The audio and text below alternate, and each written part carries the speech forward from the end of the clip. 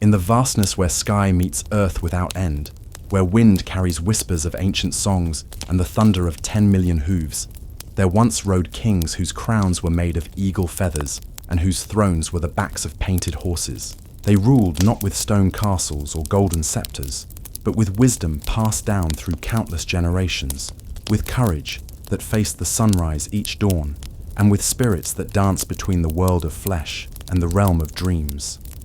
These were the ghost kings of the plains, leaders whose very names could summon storms, whose presence could calm the wildest mustang, whose voices could speak to the buffalo and call them home. In death, they became more than men. They became legend, their spirits riding eternal across grasslands that stretch beyond memory, beyond time itself, guardians of a world that was, and protectors of truths that must never be forgotten.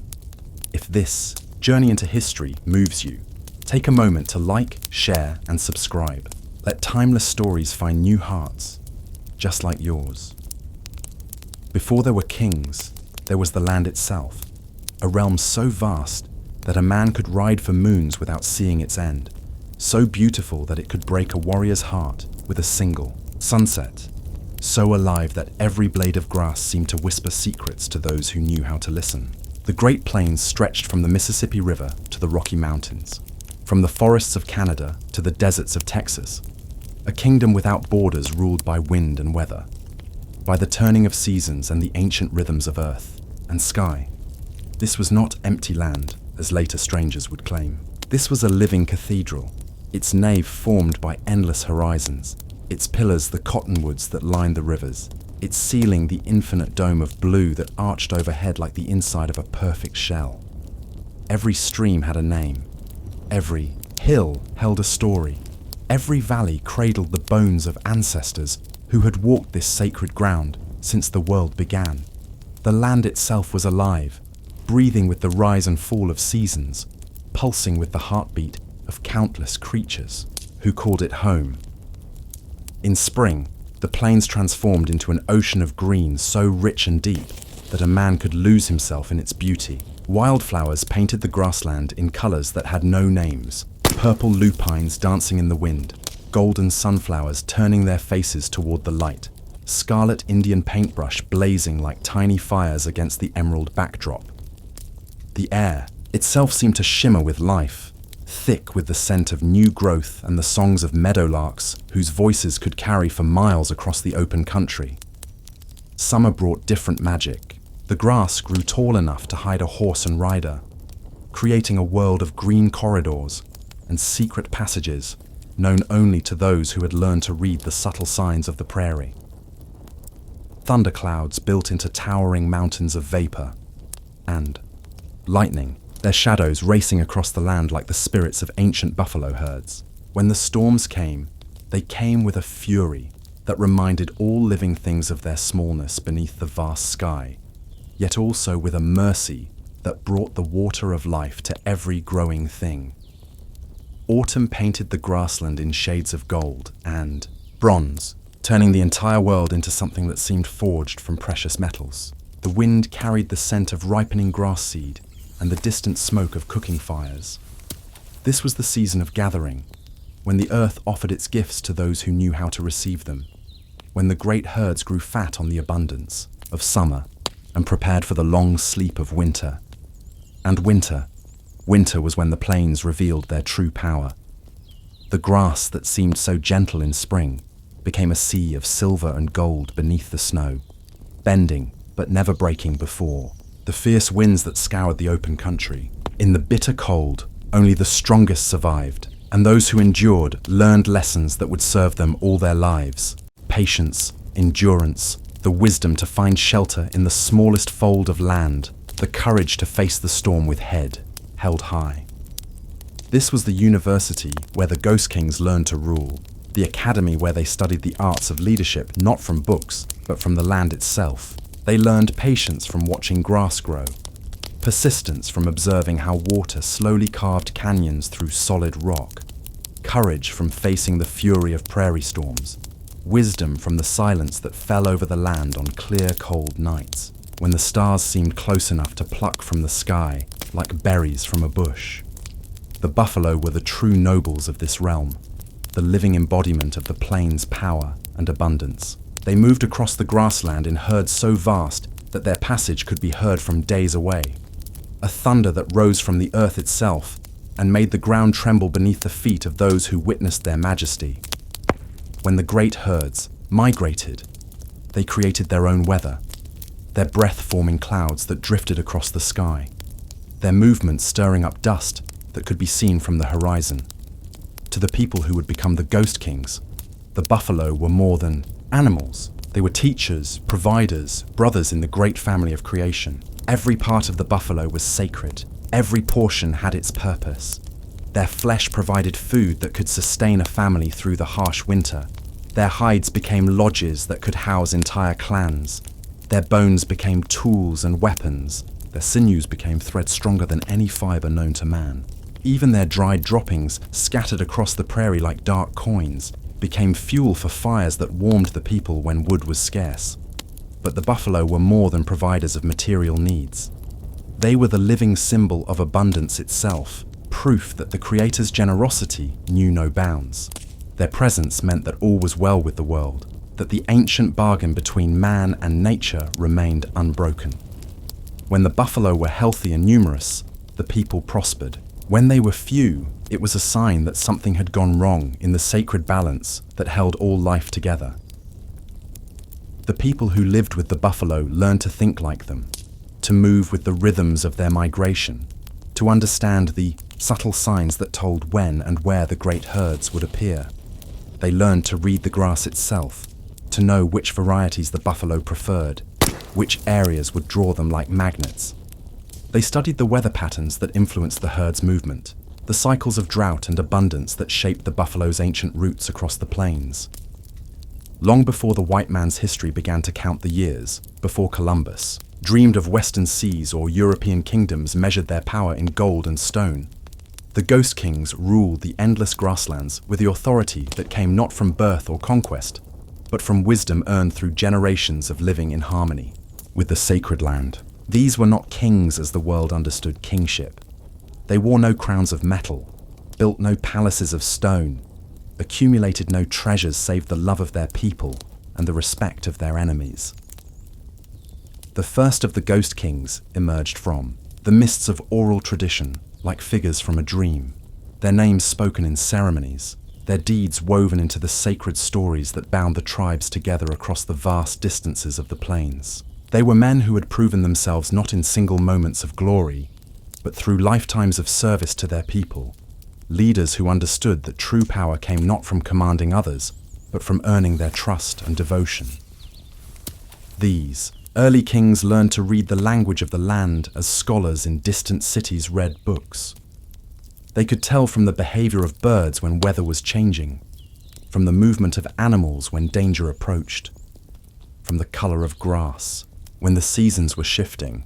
They knew which streams would run dry in summer and which would flow even in the harshest drought.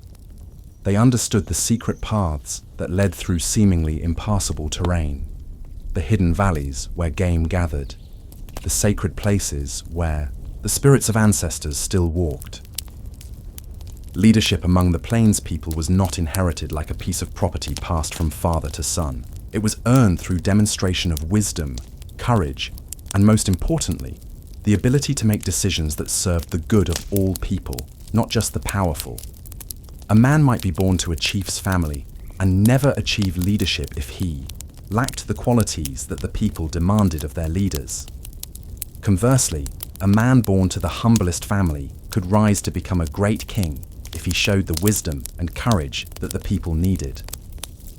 The selection of leaders followed patterns as ancient as the migration routes of the buffalo themselves. Elders watched the young men carefully, noting not just their skill in hunting or warfare, but their treatment of children, their respect for women, their generosity to those in need, their ability to remain calm in crisis, their willingness to listen before speaking, their capacity to see beyond their own immediate interests to the larger good of the community.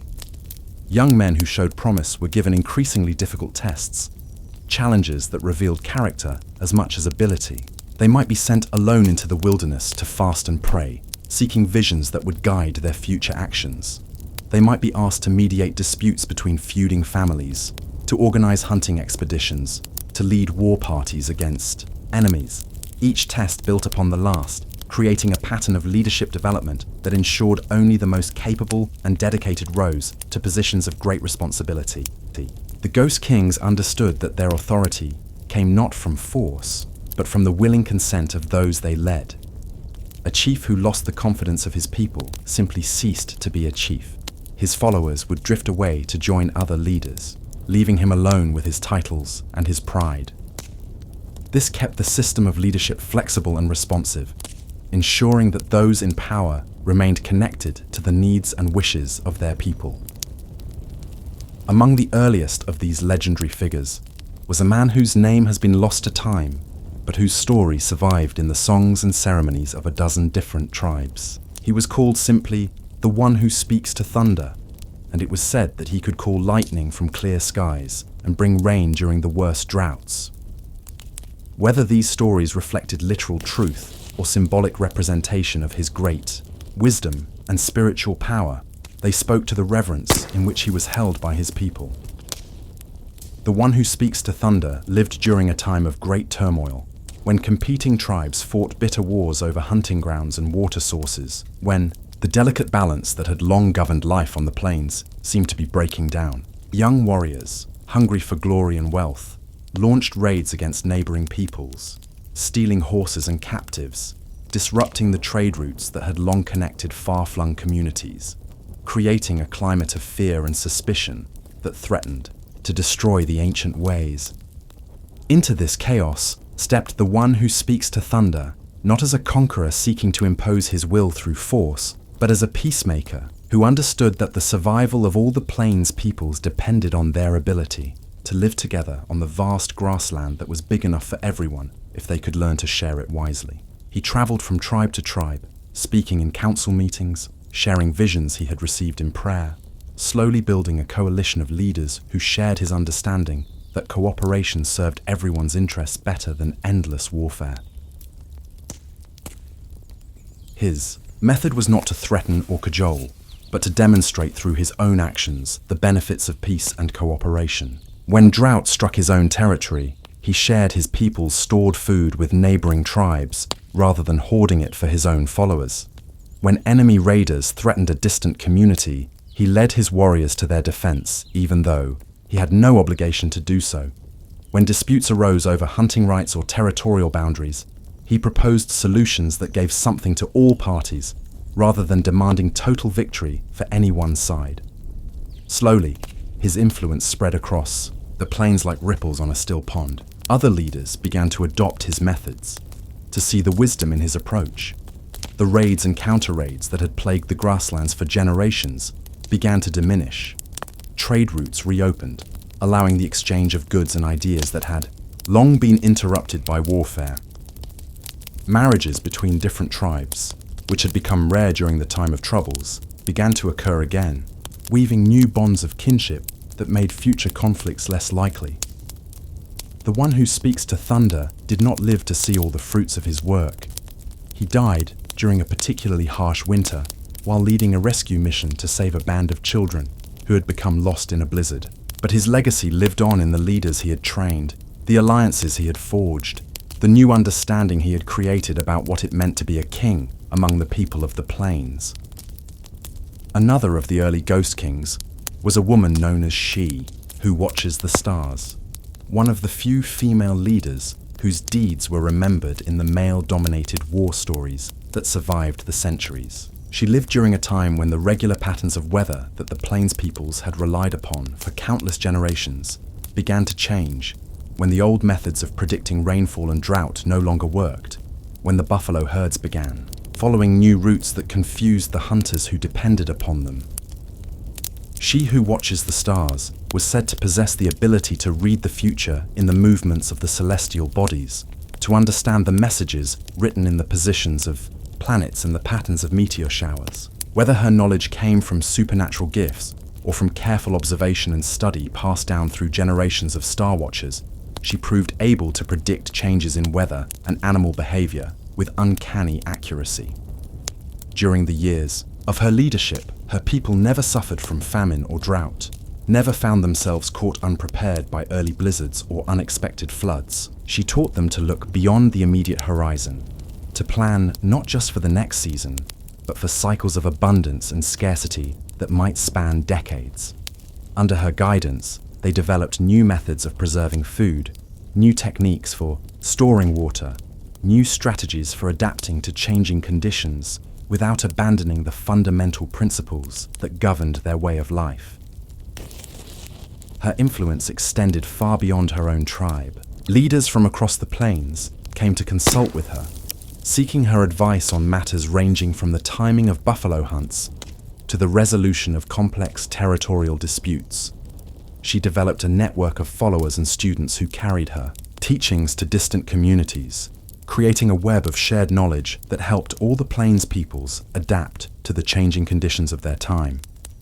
Like the one who speaks to thunder, she who watches the stars understood that true leadership meant serving others rather than enriching oneself. She lived simply, owning little more than any ordinary member of her tribe, but she was wealthy in the respect and devotion of her people.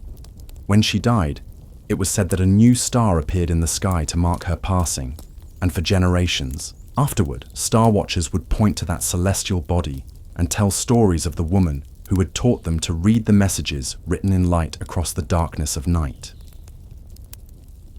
These early Ghost Kings established patterns of leadership that would influence the Plains peoples for centuries to come. They showed that authority based on wisdom and service was more durable than power built on force or fear. They demonstrated that true strength came not from the ability to dominate others, but from the capacity to unite different groups in common cause. They proved that leaders who remained connected to the land and to the spiritual traditions of their people could navigate even the most difficult challenges without losing their essential character.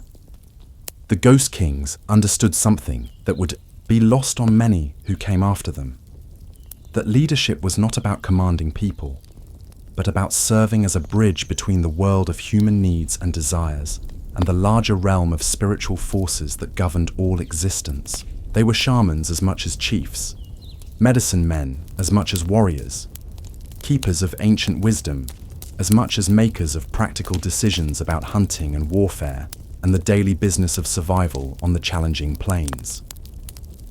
This dual nature of their authority, both worldly and spiritual, gave the Ghost Kings a kind of power that purely secular leaders could never achieve. When they spoke, their words carried the weight not just of personal wisdom or political authority, but of connection to the sacred forces that move through all things. When they made decisions, those decisions were understood to reflect not just human judgment, but insight gained through communion with the spirits of ancestors, the voices of animal guides, the whispered messages that came in dreams and visions. The sacred bond that connected the Ghost Kings to their people and to the land itself was forged through rituals and ceremonies that marked every important transition in their lives. When a future leader showed the first signs of his calling, usually in childhood or early adolescence, he would be taken from his family and placed under the care of the tribe's spiritual guides, men and women who had spent their lives learning to navigate the invisible realm that existed alongside the physical world. The training that followed was rigorous and demanding, designed to break down the barriers between the ordinary human consciousness and the expanded awareness that true leaders needed to serve their people effectively. The young candidate would fast for days at a time, purifying his body and mind, opening himself to visions and insights that could not come to those whose attention was focused solely on material concerns. He would spend long periods alone in wild places, learning to find guidance in the voices of wind and water, in the behavior of animals, in the patterns of clouds and stars. One of the most important elements of this spiritual education was the Vision Quest, a solitary journey into the wilderness that served as a rite of passage for all young men of the Plains tribes, but which took on special significance for those destined to become leaders. The candidate would travel alone to a sacred place, often a high hill or mountain peak where the boundary between earth and sky seemed thin. And there he would fast and pray until the spirits granted him a vision that would guide his future actions. These visions were not mere hallucinations brought on by hunger and exhaustion, though skeptics in later times would dismiss them as such. They were understood by the Plains peoples to be genuine communications from the spiritual realm, messages that provided guidance for the challenges that lay ahead, revelations of the candidate's true nature and destiny, gifts of power that would enable him to serve his people in times of crisis. The visions that came to future Ghost Kings were often remarkably detailed and specific, providing not just general guidance, but precise instructions about the conduct of leadership. A young man might see himself leading his people to safety during a time of great danger, or negotiating peace between warring tribes, or making the difficult decisions necessary to ensure survival during harsh winters or times of scarcity. These visions became the foundation of his authority, the source of confidence that enabled him to make difficult choices in the knowledge that he was following a path laid out for him by forces greater than himself. The animals that appeared in these visions were particularly significant, for they became the leader's spiritual guides and the sources of specific powers and abilities. A man whose vision animal was the eagle would be known for his ability to see far into the distance, both literally and metaphorically, to perceive dangers and opportunities that others missed. One whose guide was the bear would be renowned for his strength and courage in battle, his ability to protect his people from physical threats. A leader guided by the wolf would excel at understanding the subtle dynamics of group behavior, at building unity among diverse factions, at maintaining loyalty and cooperation within his tribe. The relationship between a Ghost King and his vision animal was not merely symbolic. It was understood to be a living connection that provided ongoing guidance and power throughout his leadership. In times of crisis, the king would seek communion with his spiritual guide through prayer and ceremony, asking for the wisdom and strength needed to meet the challenges facing his people. The animal's characteristics became part of his own nature, shaping his approach to leadership and informing his decisions in ways that his followers could observe and appreciate. This spiritual dimension of leadership created a form of authority that was remarkably stable and enduring. Unlike purely political power, which could be challenged by rivals or undermined by changing circumstances, spiritual authority was based on relationships and connections that transcended the immediate concerns of daily life. A Ghost King who lost a battle might see his military reputation damaged, but if his people believed that he maintained his connection to the sacred realm, his fundamental authority remained intact. The ceremonies and rituals that surrounded the Ghost Kings served multiple purposes. They provided regular opportunities for the renewal of the sacred bonds that connected leader to people and people to land. They created shared experiences that unified diverse groups under common symbols and stories. They offered channels for the expression of collective hopes and fears, ways of processing the challenges and changes that were constant features of life on the plains. Perhaps most importantly, these ceremonies maintained the connection between the present generation and the accumulated wisdom of all those who had come before. The songs and dances, the prayers and offerings, the sacred objects and ritual procedures, all of these carried forward the insights and experiences of centuries of life on the grasslands. Each ceremony was a link in an unbroken chain that connected the living to the dead, the present to the past, the human community to the larger web of relationships that included all the creatures of the plains. The Ghost Kings were the guardians of this sacred inheritance, responsible not just for making practical decisions about hunting and warfare and trade, but for ensuring that the spiritual wisdom of their people was preserved and passed on to future generations. They were living libraries, repositories of knowledge that existed nowhere else, carriers of traditions that could not be written down, but had to be embodied in the lives and actions of those who had received them through proper initiation and training. This responsibility weighed heavily on the Ghost Kings, for they understood that they were custodians of something irreplaceable.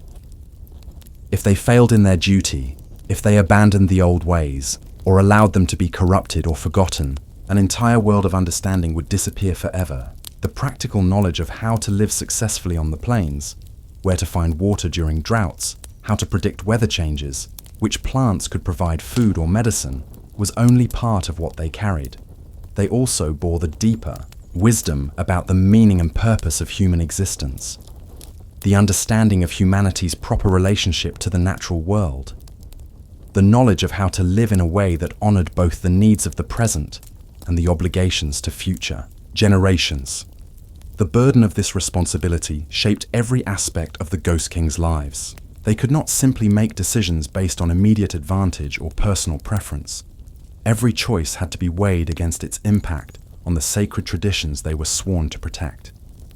They could not retreat into private life or focus solely on their own welfare. Their entire existence was dedicated to the service of their people and the preservation of the ancient ways that had sustained life on the plains since time immemorial. Yet this burden was also a source of great strength and purpose. The Ghost Kings knew that their lives had meaning beyond the satisfaction of personal desires or the achievement of individual goals. They were part of something larger and more enduring than themselves, links in a chain of being that stretched back to the very beginning of their people's time on the earth. This knowledge gave them the courage to face the most daunting challenges, the wisdom to make difficult decisions, the patience to endure hardships and setbacks without losing faith in their ultimate purpose. As the years passed and new challenges arose, as European diseases began to decimate the tribes, as white settlers encroached on traditional hunting grounds, as government policies attempted to force the plains peoples to abandon their ancestral ways, the Ghost Kings would draw upon this sacred bond to find the strength and wisdom needed to guide their people through the most difficult period in their history. They would face choices that no previous generation of leaders had ever had to confront, decisions that would determine not just the survival of their people, but the preservation of an entire way of life that had flourished on the grasslands for thousands of years. The sacred bond that connected the Ghost Kings to their people and to the land would prove to be both their greatest source of strength and the foundation of their ultimate tragedy. It gave them the power to inspire their followers to acts of extraordinary courage and sacrifice, but it also bound them to a world that was rapidly disappearing, to traditions that were increasingly difficult to maintain in the face of overwhelming change. As the old ways came under assault from forces beyond their control, the Ghost Kings would have to decide whether to compromise their sacred obligations in the hope of preserving some part of their people's heritage, or to remain faithful to the ancient bonds regardless of the consequences. This tension between adaptation and preservation, between the demands of survival in a changing world and the obligations imposed by sacred tradition, would define the later years of the Ghost King's reign. It would test the strength of the spiritual bonds that had sustained their authority for generations, forcing them to explore the deepest meanings of leadership and sacrifice, of duty and love, of the relationship between the temporal and the eternal in human affairs. The resolution of this tension, the choices made by the last of the Ghost Kings as they faced the end of their world, would determine not just their own fate, but the legacy they would leave for future generations. Would they be remembered as leaders who preserved what could be saved of the old ways, adapting and evolving to meet new challenges while maintaining the essential spirit of their traditions? Or would they become symbols of a noble but doomed resistance, Ghost Kings in truth as well as name, their spirits riding forever across plains that existed now only in memory and dream? The answer to that question lay in the years ahead, in the crucible of conflict and change that would test every principle they held sacred, every bond they had sworn to protect. But for now, in the time of their greatest power and influence, the Ghost Kings ruled their vast domain with the wisdom of ages, their authority rooted in the sacred earth beneath their feet and reaching toward the infinite sky above their heads, masters of a realm that seemed as eternal as the grass itself, guardians of truths that would endure long after their own voices had joined the whispers of wind across the endless plains. The summer of 1851 brought whispers across the endless grasslands, carried on winds that had witnessed the birth of nations and the fall of empires. Fort Laramie stood like a lonely sentinel against the vastness, its wooden walls a fragile promise of permanence in a world where permanence was but an illusion. Here, beneath skies that stretched beyond human comprehension, the great gathering would begin. a convergence of nations that the white world could scarcely fathom. 10,000 souls moved across the prairie like a living river, their horses' hooves drumming ancient rhythms into the sacred earth. The Lakota came from the north, their war bonnets catching sunlight like crowns of fire. The Cheyenne rode from the east, their faces painted with the colors of dawn and dusk.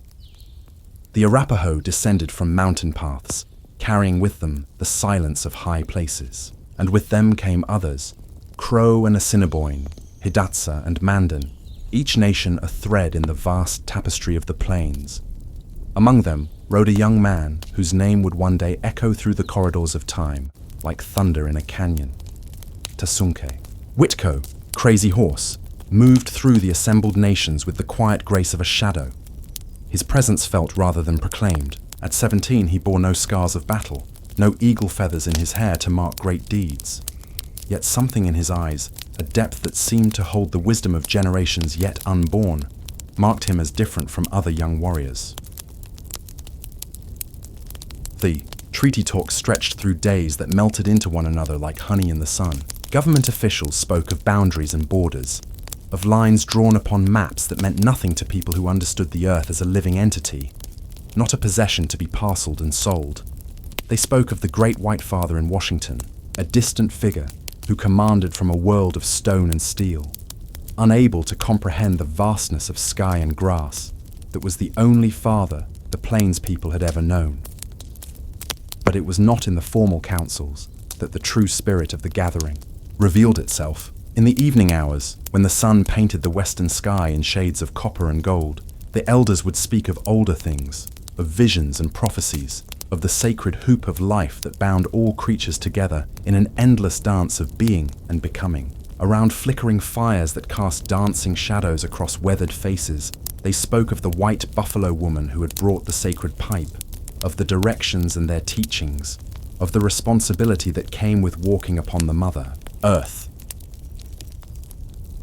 Young Crazy Horse listened with an intensity that seemed to burn in the darkness, his spirit drinking in words that spoke to something deep within his being. The elders spoke of warriors who were more than warriors, men who fought not for glory or conquest, but to protect the sacred way of life that had sustained their people since the beginning of memory. They spoke of leaders who led not through force or political cunning, but through the power of vision and the courage to follow that vision even unto death. As the gathering began to disperse, each nation returning to its traditional territories, with new treaties signed, but old tensions unresolved, Crazy Horse carried with him more than mere memories. He carried a growing awareness of the storm clouds gathering on the horizon of his people's existence. The white settlements were spreading like grass fire across the eastern reaches of the plains. The Iron Horse, the railroad, was being planned to cut through the heart of the buffalo country. And with each passing season, the pressure grew, stronger, like water against a dam that could not hold forever. The years that followed Fort Laramie moved with the inexorable rhythm of seasons, each bringing new challenges and new tests for the young warrior who was beginning to find his place among his people. Crazy Horse took his first scalp in a raid against the Crow, but he found no joy in the taking of life. Instead, he felt the weight of responsibility settling upon his shoulders like a heavy robe. The understanding that every action, every choice, rippled outward through the great web of existence, affecting not just himself, but generations yet unborn. His reputation began to grow, but not in the manner of other young warriors who sought glory through counting coup or stealing horses. Crazy Horse's power lay elsewhere, in his ability to see beyond the immediate moment, to sense the deeper currents that moved beneath the surface of events. In battle, he seemed to possess an almost supernatural awareness, knowing instinctively where an enemy would strike, when to advance and when to withdraw. His fellow warriors began to whisper that he was Wakan, touched by the sacred power that flowed through all things. The vision came to him in his 20th year during a hanblechia, a vision quest undertaken in the traditional manner of his people. For 4 days and nights, he fasted alone on a high butte overlooking the endless sweep of prairie, offering his prayers to the powers of the 6 directions and opening his spirit to whatever wisdom they might choose to share.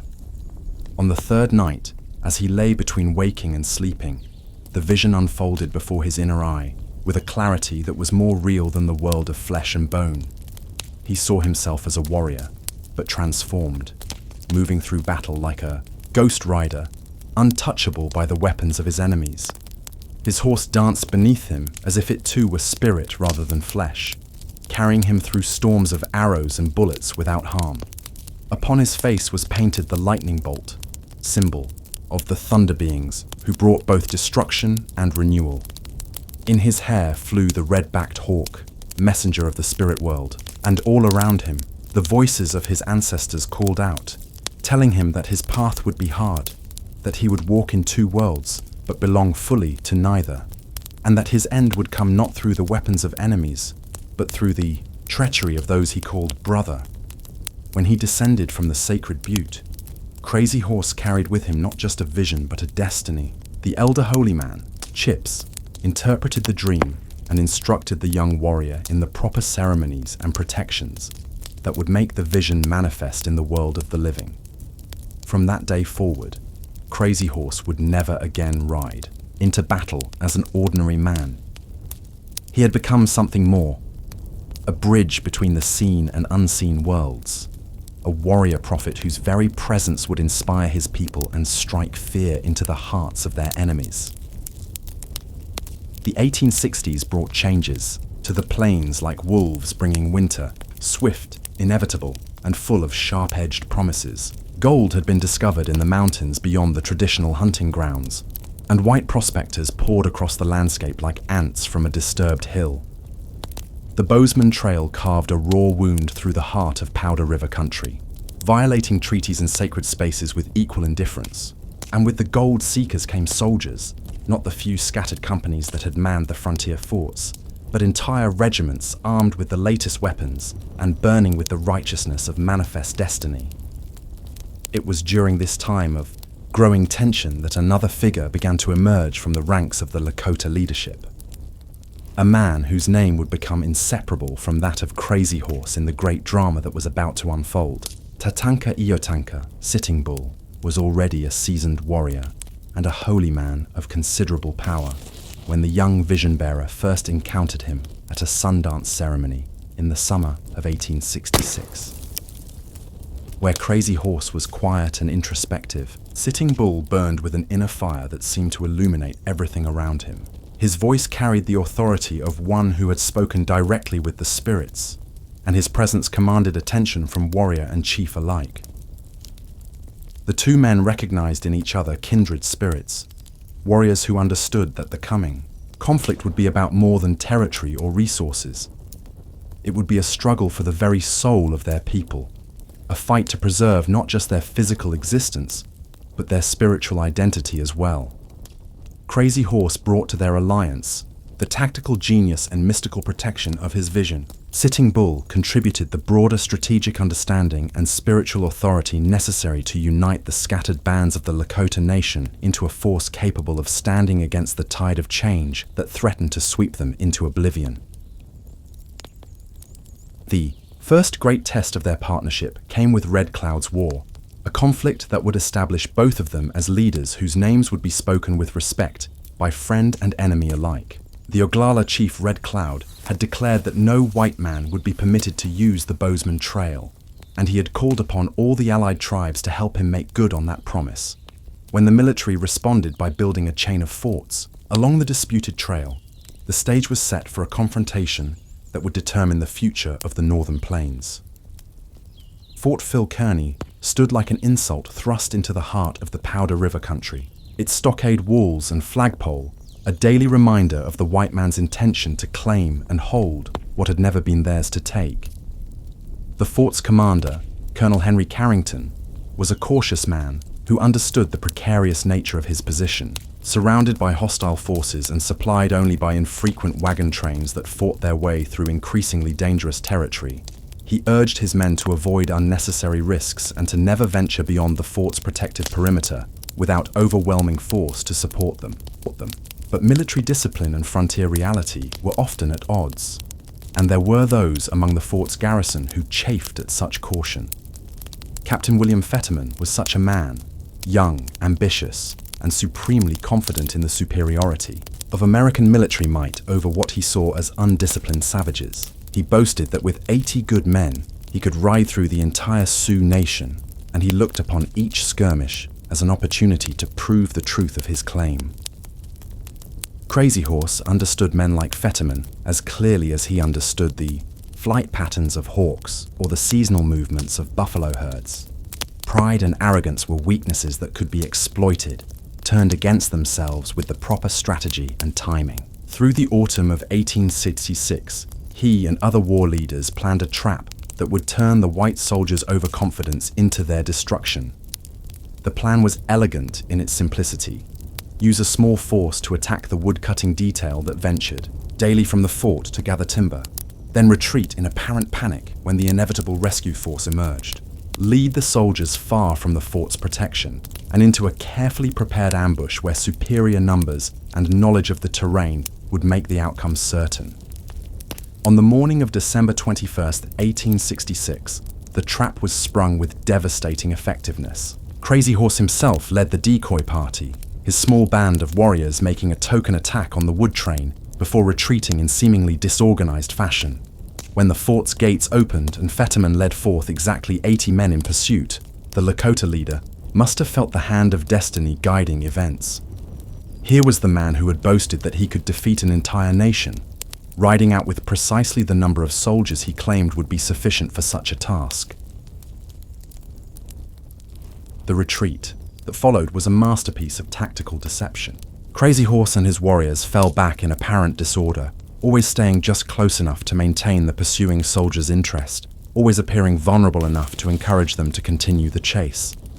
Each ridge crossed brought Fetterman's command farther from safety and closer to the killing ground, where nearly 2,000 warriors waited in concealment. The young Lakota leader's control over his forces was absolute. Despite the natural inclination to turn and fight, his warriors maintained their disciplined withdrawal, understanding that the greater victory lay in patience and proper timing. When the ambush was finally triggered, the result was swift and terrible. Caught in a narrow valley with high ground on either side occupied by hidden warriors, Fetterman's command was annihilated to the last man.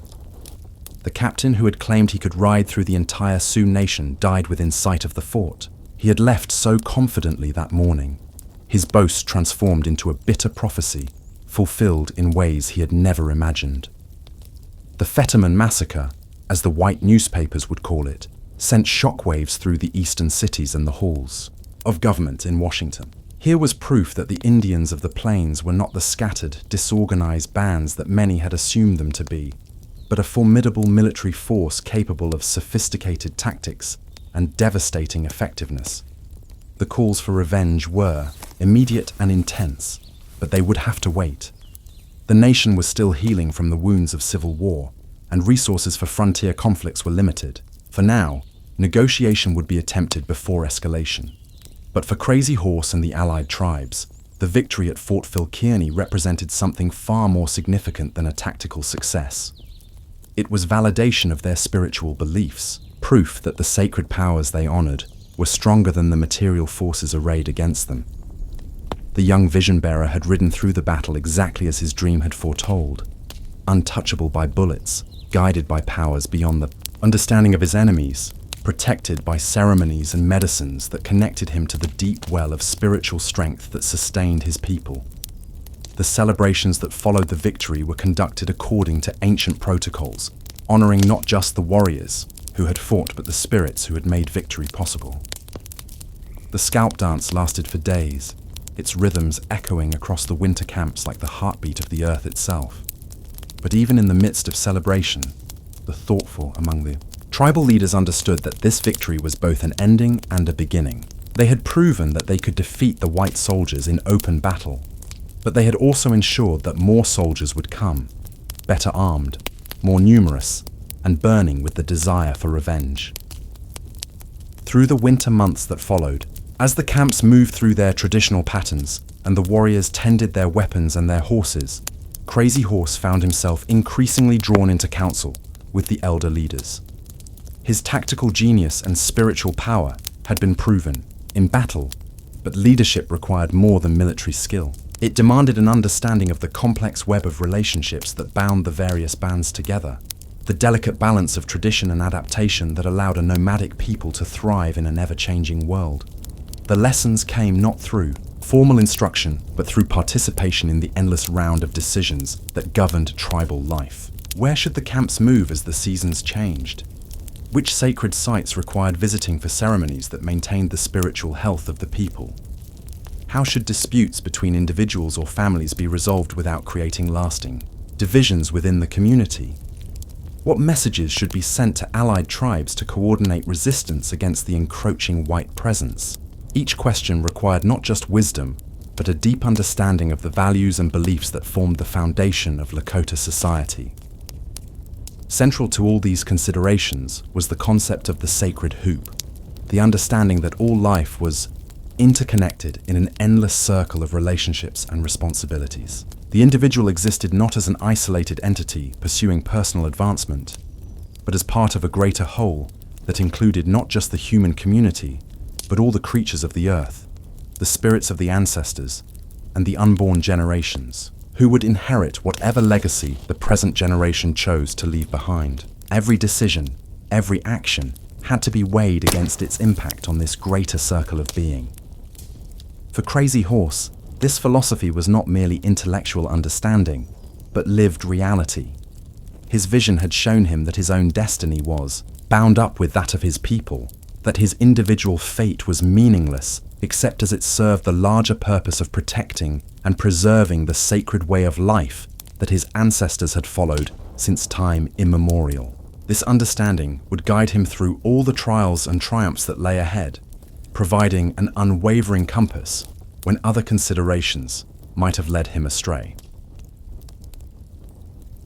As spring returned to the plains in 1867, bringing with it the renewal of life and the promise of new conflicts to come, Crazy Horse took his place among the recognized war leaders of the Lakota Nation. He was still young, not yet 26 years old, but his combination of visionary power and proven battlefield effectiveness had earned him the respect of warriors twice his age.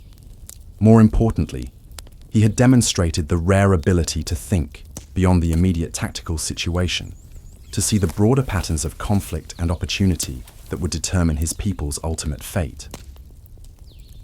The government's response to Red Cloud's war came in the form of a peace commission dispatched to negotiate new treaties that would end the conflict and establish permanent boundaries between white and Indian territories. The Fort Laramie Treaty of 1868 promised to close the Bozeman Trail and abandon the forts that guarded it, recognizing the Powder River country as unceded Indian territory where no white settlement would be permitted. In return, the various tribal leaders agreed to cease their attacks on travelers and military installations, accepting the establishment of agencies where government supplies would be distributed and where those who chose to do so could begin the transition to reservation life. For many of the older chiefs, exhausted by years of warfare and concerned about the welfare of their people, the treaty represented an acceptable compromise. Red Cloud himself agreed to its terms, reasoning that the immediate goal of closing the Bozeman Trail had been achieved, and that the vast territory set aside for Indian use would provide adequate space for the continuation of traditional life. But not all the leaders were convinced that the white negotiators could be trusted to honor their promises, and some refused to participate in the treaty proceedings at all. Among those who remained in the unceded territory were Sitting Bull and Crazy Horse, along with the most traditionally minded members of their respective bands. They had seen too many treaties broken, too many promises forgotten as soon as they became inconvenient, to place much faith in the latest round of negotiations. Instead, they prepared for what they saw as the inevitable renewal of conflict, using the temporary peace to strengthen their forces and refine their strategies for the battles that lay ahead. The peaceful interlude provided an opportunity for Crazy Horse to deepen his understanding of the spiritual dimensions of leadership. He spent long hours in consultation with the holy men of his tribe, learning the ceremonies and rituals that connected the world of war to the world of the sacred. The Lakota understood that victory in battle depended not just on superior tactics or weapons, but on maintaining proper relationships with the spiritual forces that governed all aspects of existence. A war leader who neglected his ceremonial responsibilities would find his power diminished and his warriors vulnerable to the counter-magic of their enemies. This education in sacred matters was not separate from his military training, but intimately connected to it. The same vision that had shown him his destiny as a warrior had also revealed the spiritual protections and obligations that came with that role. The lightning bolt painted on his face before battle was not mere decoration, but a sacred symbol that invoked the power of the thunder beings. The red-backed hawk feather in his hair was a medicine bundle that connected him to the spirit guides, who watched over him in combat. Even his seemingly supernatural ability to anticipate enemy movements was understood as a gift from the spirit world, rather than merely superior tactical instincts.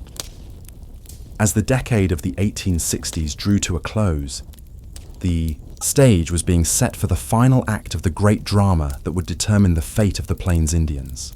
The completion of the Transcontinental Railroad in 1869 would fundamentally alter the strategic balance of power, allowing the rapid deployment of troops and supplies to any point along the frontier. The discovery of gold in the Black Hills, the sacred Paha Sapa of the Lakota people, would provide the economic incentive for a massive invasion of the supposedly protected Indian territory. And the election of Ulysses S. Grant as president would bring to power an administration committed to a military solution to what they termed the Indian problem. But these larger forces were still gathering strength, and for the moment, an uneasy peace prevailed across the northern plains. The treaty Indians drew their rations at the agencies and struggled to adapt to lives increasingly circumscribed by government oversight and reservation boundaries. The non-treaty bands continued to follow the buffalo herds and conduct their ceremonies according to the ancient patterns, trying to ignore the changes that crept closer with each passing season.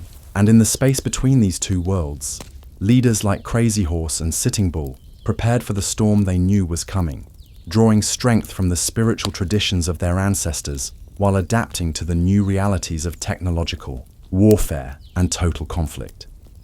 The young vision bearer had become a man during these years of trial and preparation, his boyhood dreams of glory transformed into the mature understanding that true leadership meant sacrificing personal desires for the greater good of the people. The path ahead would test every aspect of his character and abilities, demanding not just courage in battle, but wisdom in counsel. Not just personal virtue, but the ability to inspire others to acts of heroism and self-sacrifice. The Ghost Kings of the Plains were about to face their greatest challenge, and history would judge them not by their ultimate fate, but by the nobility with which they met their destiny. In the quiet moments between councils and ceremonies, when the camp settled into the peaceful rhythms of family life and the evening fires cast their warm glow against the vast darkness of the prairie night, Crazy Horse sometimes allowed himself to contemplate the magnitude of the forces arrayed against his people.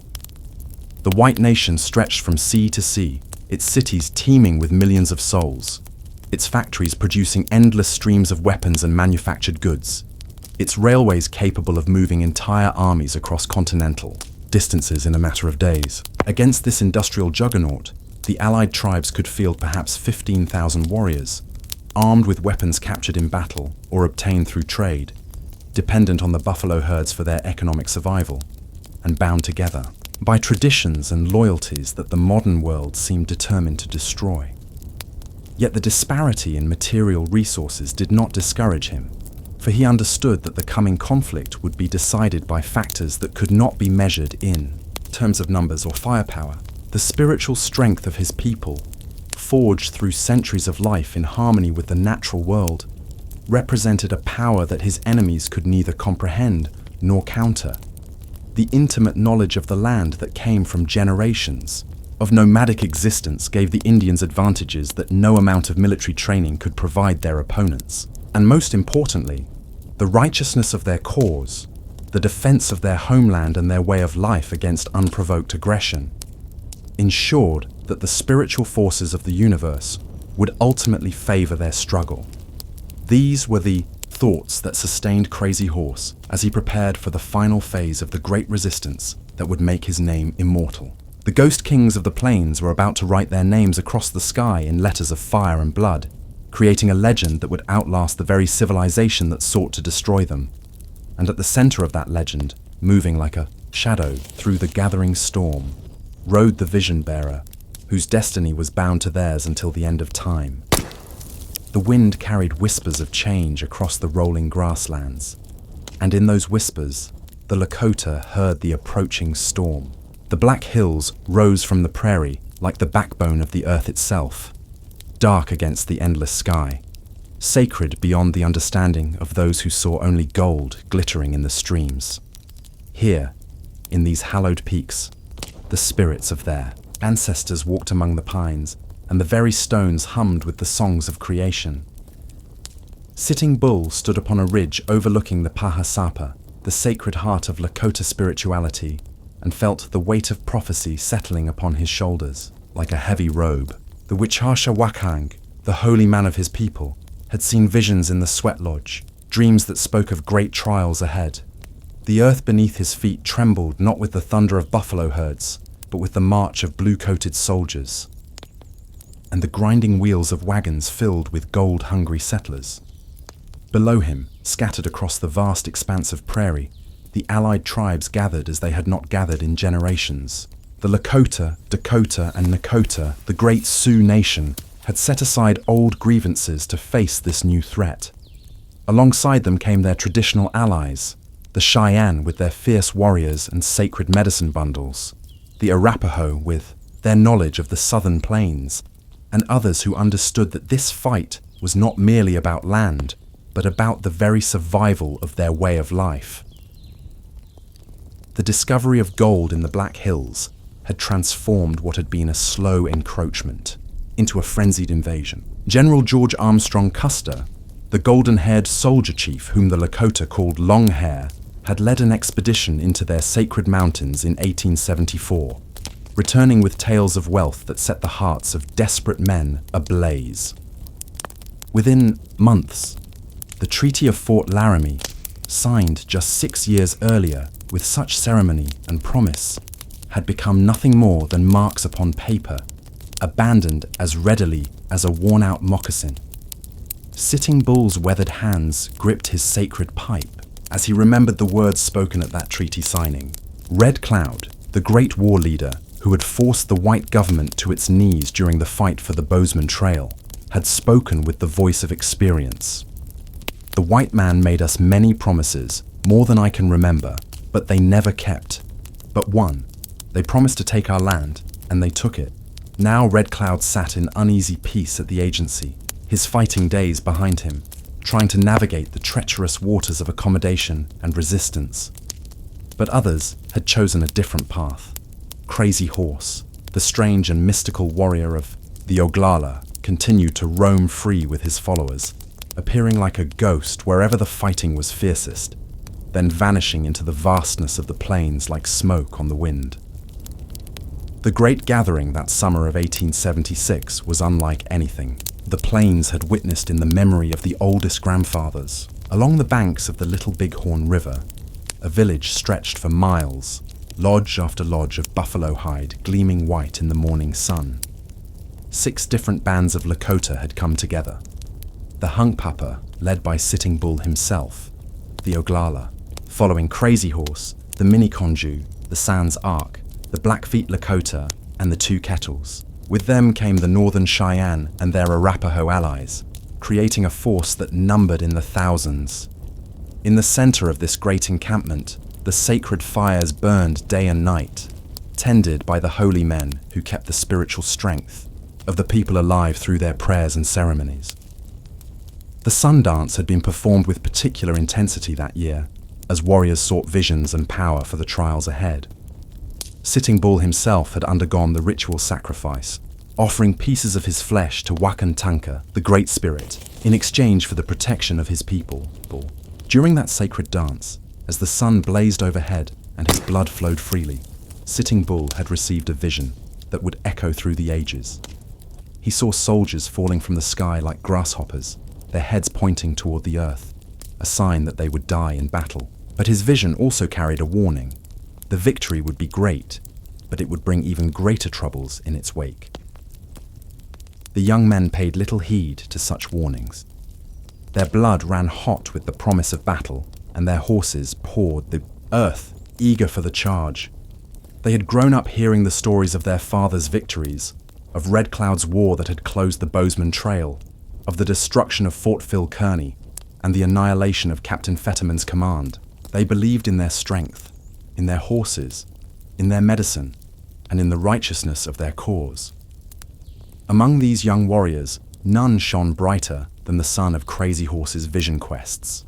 Though still in his early 30s, Crazy Horse had already become a legend among his people. Born during a time of change and conflict, he had grown to manhood learning the old ways while adapting to new realities. His medicine was strong, his courage absolute, and his loyalty to his people unwavering. The Oglala war leader possessed an otherworldly quality that set him apart from other men. In battle, he seemed to move between raindrops, untouchable by enemy bullets, his long hair flowing free as he rode his painted war pony into the thick of combat. His followers believed he had received powerful visions that protected him from harm, visions that told him he would never be killed by a bullet, but would die by the blade of his own people. A prophecy that would prove both blessing and curse. As the summer of 1876 grew heavy and warm, the great village along the Little Bighorn settled into a rhythm of preparation and ceremony. The women worked tirelessly, preparing extra moccasins and war shirts, gathering medicinal plants, and ensuring that every warrior was properly equipped for battle. The children played at war games, their laughter ringing across the prairie, while the old men told stories of battles long past and victories that still echoed in tribal memory. But beneath the surface preparations, deeper currents flowed. The spiritual leaders of the allied tribes worked tirelessly to maintain the sacred harmony necessary for success. They performed purification ceremonies, sought guidance through vision quests, and carefully observed the signs and omens that nature provided. Every flight of birds, every change in the wind, every dream of the holy men was interpreted and discussed, woven into the complex tapestry of spiritual preparation for the conflict ahead. The government forces arrayed against them represented, more than mere military might, they embodied a worldview that saw the vast grasslands not as a living, sacred entity, but as empty space to be filled with farms and towns and railroads. General Alfred Terry commanded the overall campaign, coordinating 3 separate columns that were meant to converge upon the hostile Indians and force them back to the reservations. From the south came General George Crook with his column, from the east came Terry himself with Custer's 7th Cavalry, and from the west approached Colonel John Gibbon with his Montana column. This 3-pronged strategy looked formidable on paper, but it failed to account for the vastness of the territory, the difficulties of communication across such distances, and the fighting abilities of their opponents. The Ghost Kings of the Plains had spent their entire lives in warfare, both against traditional tribal enemies and against the encroaching tide of white settlement. They knew every fold of the land, every water source, every place where ambush was possible or retreat could be covered. More importantly, they fought not as individual warriors seeking personal glory, but as a united people fighting for survival. The sacred nature of their cause, the defense of their homeland, their families, and their way of life, gave them a spiritual strength that their enemies could neither understand nor match. When they rode into battle, they carried with them the prayers of their grandmothers, the blessings of their holy men, and the accumulated wisdom of generations who had lived free upon the plains. The first major test of strength came not along the Little Bighorn, but on the Rosebud Creek, where General George Crook led his column north in search of the great village. Crook was no ordinary soldier. He had earned a formidable reputation fighting Apache in the southwest, and he understood better than most the challenges of Indian warfare. His force included not only regular army troops, but also Crow and Shoshone, scouts who had their own reasons for opposing the Lakota alliance. On the morning of June 17, 1876, as the sun painted the eastern sky in shades of pink and gold, Crazy Horse led nearly 1,000 warriors against Crook's advancing column. The battle that followed would demonstrate the tactical brilliance of the Ghost Kings and their ability to coordinate complex military operations across vast distances with nothing more than signal mirrors, smoke signs, and the deep understanding that comes from a lifetime of warfare. The fight at the Rosebud was unlike the stereotypical image of Indian warfare that existed in the minds of white soldiers. This was not a wild, undisciplined charge of screaming warriors, but a carefully orchestrated battle plan that utilized the natural terrain and the superior mobility of the Indian forces. Crazy Horse divided his warriors into multiple groups, each with specific objectives, coordinating their movements with a precision that would have impressed European military theorists. As the battle raged across the broken country along the Rosebud, individual acts of heroism and tactical brilliance illuminated the larger struggle. Comes in sight, a young Cheyenne warrior found himself surrounded by enemy soldiers after his horse was killed beneath him. As the troopers closed in for the kill, his sister, Buffalo Calf Road woman, rode directly into the circle of enemies, swept her brother up onto her horse, and carried him to safety. An act of courage that would give the battle its Cheyenne name. The fight where the girl saved her brother. Throughout the day-long engagement, Crazy Horse seemed to be everywhere at once, appearing at critical moments to rally his warriors or exploit weaknesses in the enemy line. His presence on the battlefield was like a talisman, inspiring ordinary men to extraordinary deeds. When the fighting was at its fiercest, when the outcome hung in the balance, his war cry would ring out across the prairie, and the hearts of his followers would surge with renewed determination. The battle ended not with a decisive victory for either side, but with General Crook withdrawing his battered column back toward his supply base. Though he would later claim success, the reality was that the Lakota and their allies had achieved their strategic objective. They had prevented Crook from linking up with the other government columns and had bought precious time for their great village to prepare for the larger confrontation that everyone knew was coming. More importantly, the fight at the Rosebud served as a dress rehearsal for the coordinated tactics that would prove so devastating just 8 days later. The various war leaders had worked together smoothly. Their warriors had responded with discipline and courage, and the spiritual medicine of the alliance had proven strong. As they rode back toward the Little Bighorn, carrying their wounded and celebrating their success, the confidence of the Ghost Kings reached its peak. Word of the victory spread through the great village like wildfire, carried by riders who had witnessed the battle and by the mysterious communication networks that connected all the scattered bands of the allied tribes. The women raised their voices in the victory songs, the children danced around the fires, and the old men nodded with satisfaction as they remembered their own days of glory. The prophecies of Sitting Bull seemed to be coming true. The soldiers were indeed falling like grasshoppers. But even in victory, the wise leaders remained thoughtful about the future. They understood that this was merely the first movement in a larger symphony of conflict, and that their enemies would not accept defeat easily. The great village began to move more frequently, shifting locations along the Little Bighorn Valley to avoid being pinned down by the approaching columns. Scouts ranged far and wide, watching for signs of the blue-coated soldiers and reporting back on their movements and intentions. During this period of heightened tension and preparation, the sacred ceremonies continued with even greater intensity. The pipe was passed from lodge to lodge, carrying prayers and binding the different bands together in spiritual unity. The holy men performed their rituals, seeking guidance from the spirit world about the proper course of action. Vision quests were undertaken by young warriors seeking power for the coming battles, and the sacred bundles of each tribe were opened and their medicine renewed.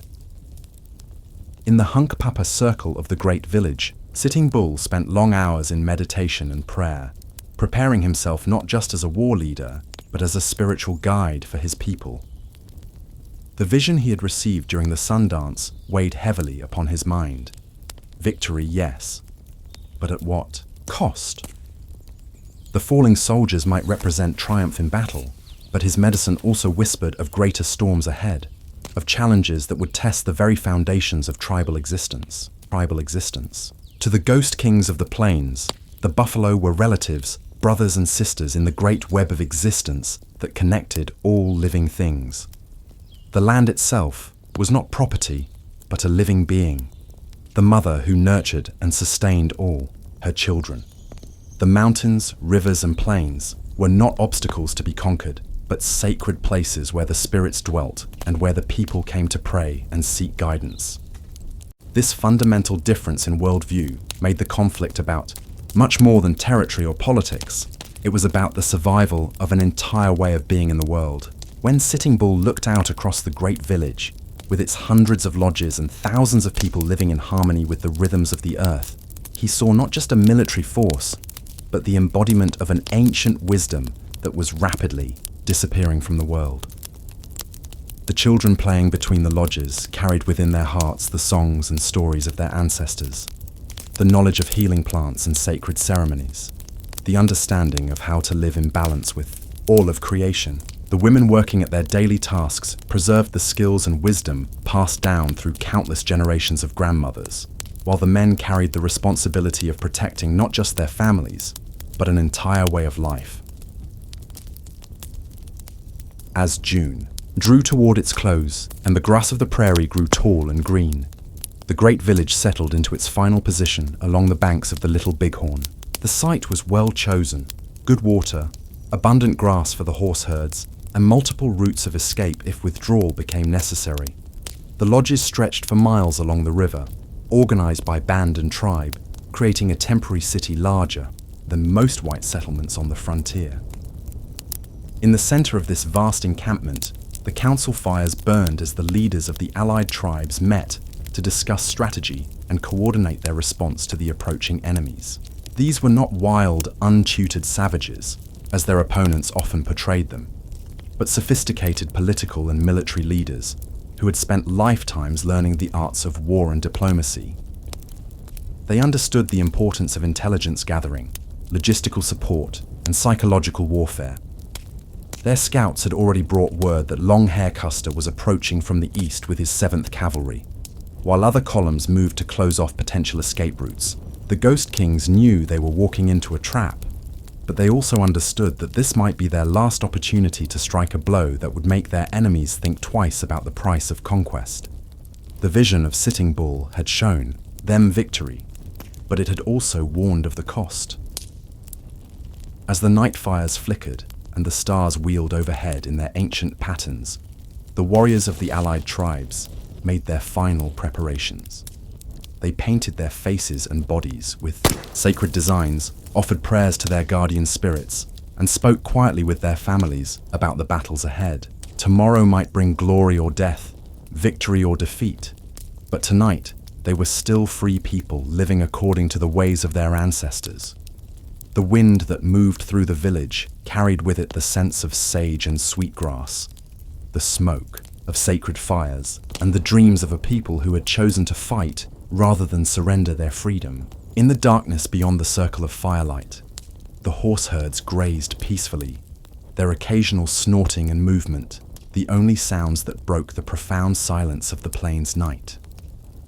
Soon, the sun would rise on a day that would change everything, a day that would write the names of the Ghost Kings into the history books of their enemies and secure their place in the eternal memory of their people. The Battle of the Little Bighorn was about to begin, and with it, the final tragic chapter in the story of the free tribes of the Great Plains. Dawn came slowly on June 25, 1876, painting the eastern sky in soft pastels that gradually gave way to the bright gold of morning.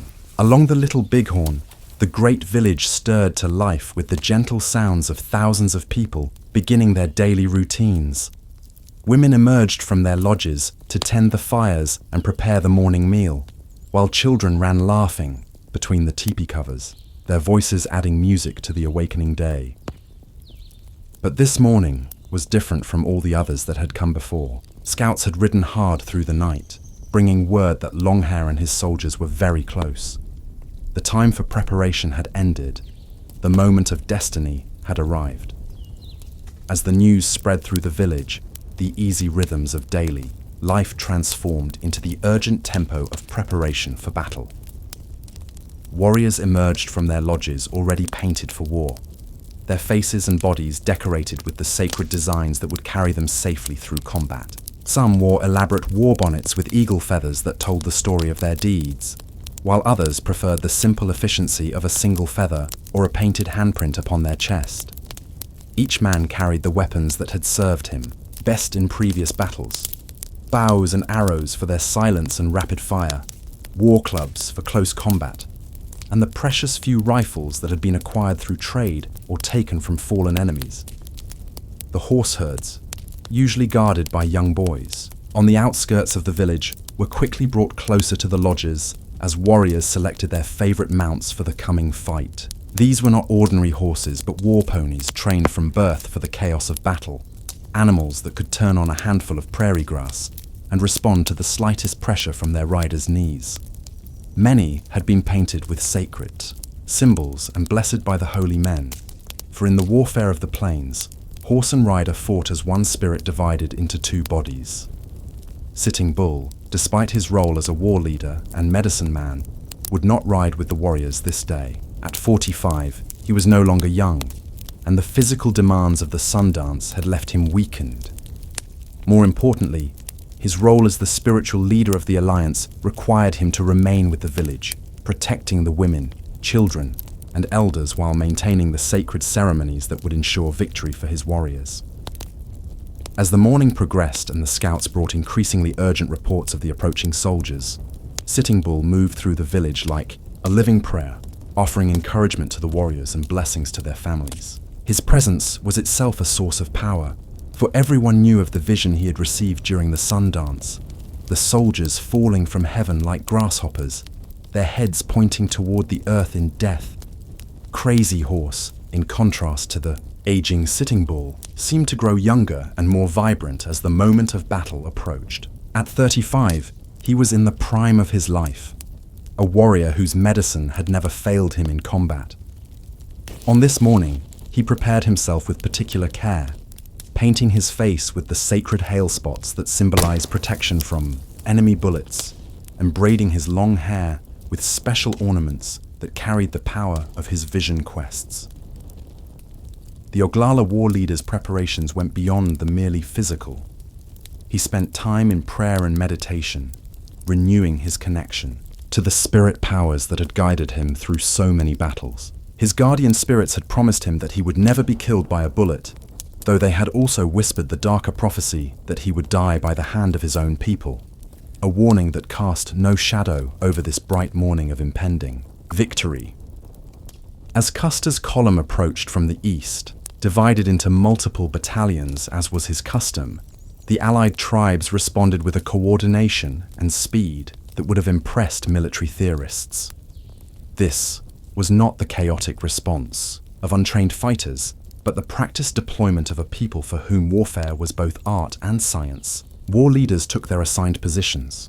Warriors moved to their predetermined roles, and the great village prepared to defend itself with all the skill accumulated over generations of conflict. The first contact came not with the dramatic charge of legend, but with the confused fighting around the southern end of the village, where Major Marcus Reno led his battalion in what was intended to be a coordinated attack. Instead, Reno found himself facing hundreds of warriors who seemed to appear from the very earth itself, rising from hidden positions in the tall grass and emerging from the folds of the landscape like spirits of the prairie. The fighting around, Reno's position quickly became desperate, as the Lakota and Cheyenne warriors used their superior knowledge of the terrain to surround and isolate the attacking force. Warriors like Rain in the Face and Two Moon led charges that broke the cohesion of the cavalry attack, while others infiltrated behind enemy lines to create confusion and panic among the soldiers. But even as this engagement raged along the southern approaches to the village, the larger drama was unfolding to the north, where Custer himself led 5 companies of the 7th Cavalry toward what he believed would be a surprise attack on the northern end of the great encampment. Instead, he rode directly into the trap that the Ghost Kings had prepared, a tactical masterpiece that would demonstrate the military genius of leaders like Crazy Horse and Gall. As Custer's battalion crested the ridges overlooking the Little Bighorn, they saw not a surprised and fleeing village, but thousands of warriors rising from concealment, like a vast tide of painted death. The Ghost Kings had divided their forces with precision, some engaging Reno to the south, while others moved, to surround and destroy the main threat represented by Longhair and his direct command. Crazy Horse led the flanking movement that sealed Custer's fate, moving his warriors in a wide arc that would cut off any hope of retreat, while other war leaders closed the trap from different directions. The coordination of this complex maneuver, accomplished without radio communication or written orders, demonstrated the sophisticated military culture that had developed among the Plains tribes over centuries of intertribal warfare. The battle itself was swift and terrible, a whirlwind of violence that lasted less than an hour, but would echo through history for generations. Custer and his men, caught in the open on the bare ridges above the river, found themselves surrounded by enemies who fought with a desperation born of absolute necessity. This was not merely another skirmish on the frontier, but the final stand of a free people defending their homeland against total annihilation. Individual acts of heroism illuminated the larger tragedy of the engagement. Young warriors like Brave Bear and White Eagle earned names that would be remembered in tribal songs, while veteran fighters like Gaul and Crow King demonstrated the tactical brilliance that had made them legendary among their people. The very landscape seemed to participate in the battle, as warriors used every fold of the ground, every hidden draw, every bit of cover to maximum advantage. Among the Cheyenne, the warrior society known as the Contraries fought with particular distinction, their war leader, Yellownose, leading charges that broke the final resistance of the surrounded cavalry. These were men who had taken sacred vows to do everything backwards, to charge when others retreated, to face death when others sought safety. And on this day, their contrary nature served them well as they rode directly into the teeth of enemy fire. The end came with shocking suddenness. One moment, scattered groups of soldiers were still fighting desperately from their positions on the ridgetop. The next, silence fell over the battlefield like a blanket, broken only by the crying of wounded horses and the victory songs of triumphant warriors. Every man in Custer's immediate command was dead, including Longhair himself, the golden-haired soldier chief who had thought to surprise the Ghost Kings in their own homeland. As the dust settled and the smoke cleared, warriors moved among the fallen enemies, taking weapons and ammunition, but also performing the ritual acts that honored brave foes. Some of the dead were mutilated according to tribal customs, their bodies prepared for the spirit world in ways that would ensure they could not continue fighting in the afterlife. But others, including some who had fought with particular courage, were left unmarked as a sign of respect for their bravery. The victory was complete and stunning, surpassing even the optimistic visions of Sitting Bull. In less than 2 hours of fighting, the Allied tribes had wiped out more than 260 soldiers and inflicted a defeat upon the US Army that would shock the entire nation. The Ghost Kings had proven that they could not only defend their homeland, but could destroy the best that their enemies could send against them. But even in the moment of triumph, the wisest among the war leaders understood the terrible cost that victory would bring. As they looked out over the battlefield where so many of their enemies lay dead, they knew that this success would bring down upon them the full wrath of a nation that had never before suffered such a defeat at the hands of Indian warriors. The vision of Sitting Bull had been fulfilled. The soldiers had indeed fallen like grasshoppers. But the second part of that prophecy, the warning about greater troubles ahead, would soon prove equally accurate. The great village celebrated, through the night, with victory dances and songs that carried across the prairie like thunder. Warriors recounted their deeds, women ululated in triumph, and children listened wide-eyed to stories of how their fathers and brothers had defended the people against the Bluecoat invasion.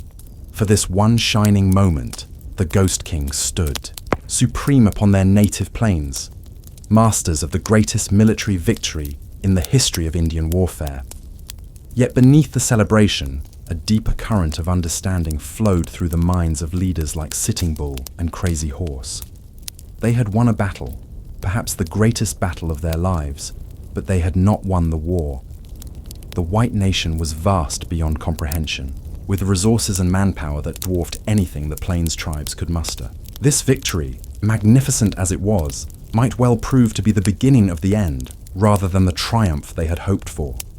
As the fires burned low and the stars wheeled overhead in their ancient patterns, the Ghost Kings prepared to scatter, once again across the vastness of their homeland.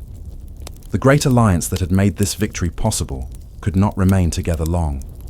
The practical difficulties of feeding and moving such a large gathering made permanent unity impossible. Soon, the different bands would separate, each seeking safety in the remote corners of the plains, and the strength that came from unity would once again be dispersed across the endless grasslands. The wind that moved through the victory camp carried, with it, the sense of celebration and the smoke of triumph, but also the first whispers of the storm that was gathering beyond the horizon. The Battle of the Little Bighorn had ended, but its consequences were only beginning to unfold, and the Ghost Kings of the Plains were about to discover that their greatest victory would become the catalyst for their final defeat. And so the weight of prophecy settled upon shoulders already bent with the burden of leadership. As the great chiefs gathered in council beneath stars that had witnessed countless generations of their people, the sacred pipe passed from hand to hand, carrying prayers that rose like smoke into the endless night, while below, the last free herds moved like shadows across grass that remembered the hoofbeats of millions.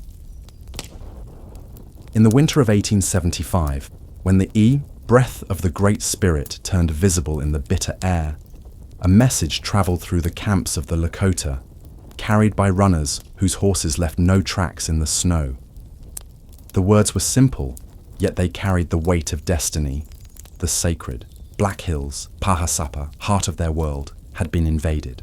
Gold seekers, those who scratched at the earth like hungry badgers, had come in numbers beyond counting, their hunger as endless as their disrespect for the sacred places.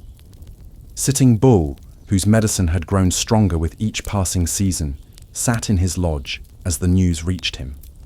The firelight played across his weathered features, casting shadows that seemed to dance with the spirits of his ancestors. He had foreseen this moment in visions that came like thunder in his dreams, had seen the sacred hills crawling with men whose eyes held no reverence, only greed. The Ghost King of the Hunkpapa knew that the final test was approaching, the moment when all the scattered threads of resistance would either weave together into an unbreakable rope or fray into nothing. From his village on the Powder River, Crazy, Horse felt the disturbance in the natural order like a physical pain. The young war leader, whose very name had become a whisper of hope among the scattered bands, understood that the white man's latest transgression was not merely about gold or land. It was about the soul of his people, about whether the Lakota would survive as free men or become shadows of themselves, confined to the square prisons the government called reservations. The spring of 1876 brought with it an ultimatum that would echo through history. Government agents arrived at the agencies with words that fell like stones into still water. All Lakota must report to the agencies by January 31st, or be considered hostile. The deadline was impossible, the winter too harsh for travel, the demand itself an insult to men who had never bowed to any earthly authority. It was, the Ghost Kings understood, not truly an ultimatum, but a declaration of war disguised in the language of bureaucracy. As winter released its grip on the northern plains, the great gathering began. From every direction they came, the free, bands of the Lakota, Cheyenne, and Arapaho, their movement as natural and purposeful as the migration of buffalo. The great circle of teepees grew day by day along the banks of the streams that fed the Yellowstone. A city of hide and bone and dreams rising from the earth, like a vision made manifest. Sitting Bull's camp became the heart of this great assembly, his lodge the center around which revolved the hopes and fears of thousands. The great chief moved among his people with the dignity of one who carried not just his own destiny, but the destiny of all the plains tribes. His medicine, his connection to the spirit world, had become legendary even among his own people. When he spoke of visions, even the most skeptical listened with the attention due to prophecy. It was during this gathering that Sitting Bull experienced the vision that would define the coming battle.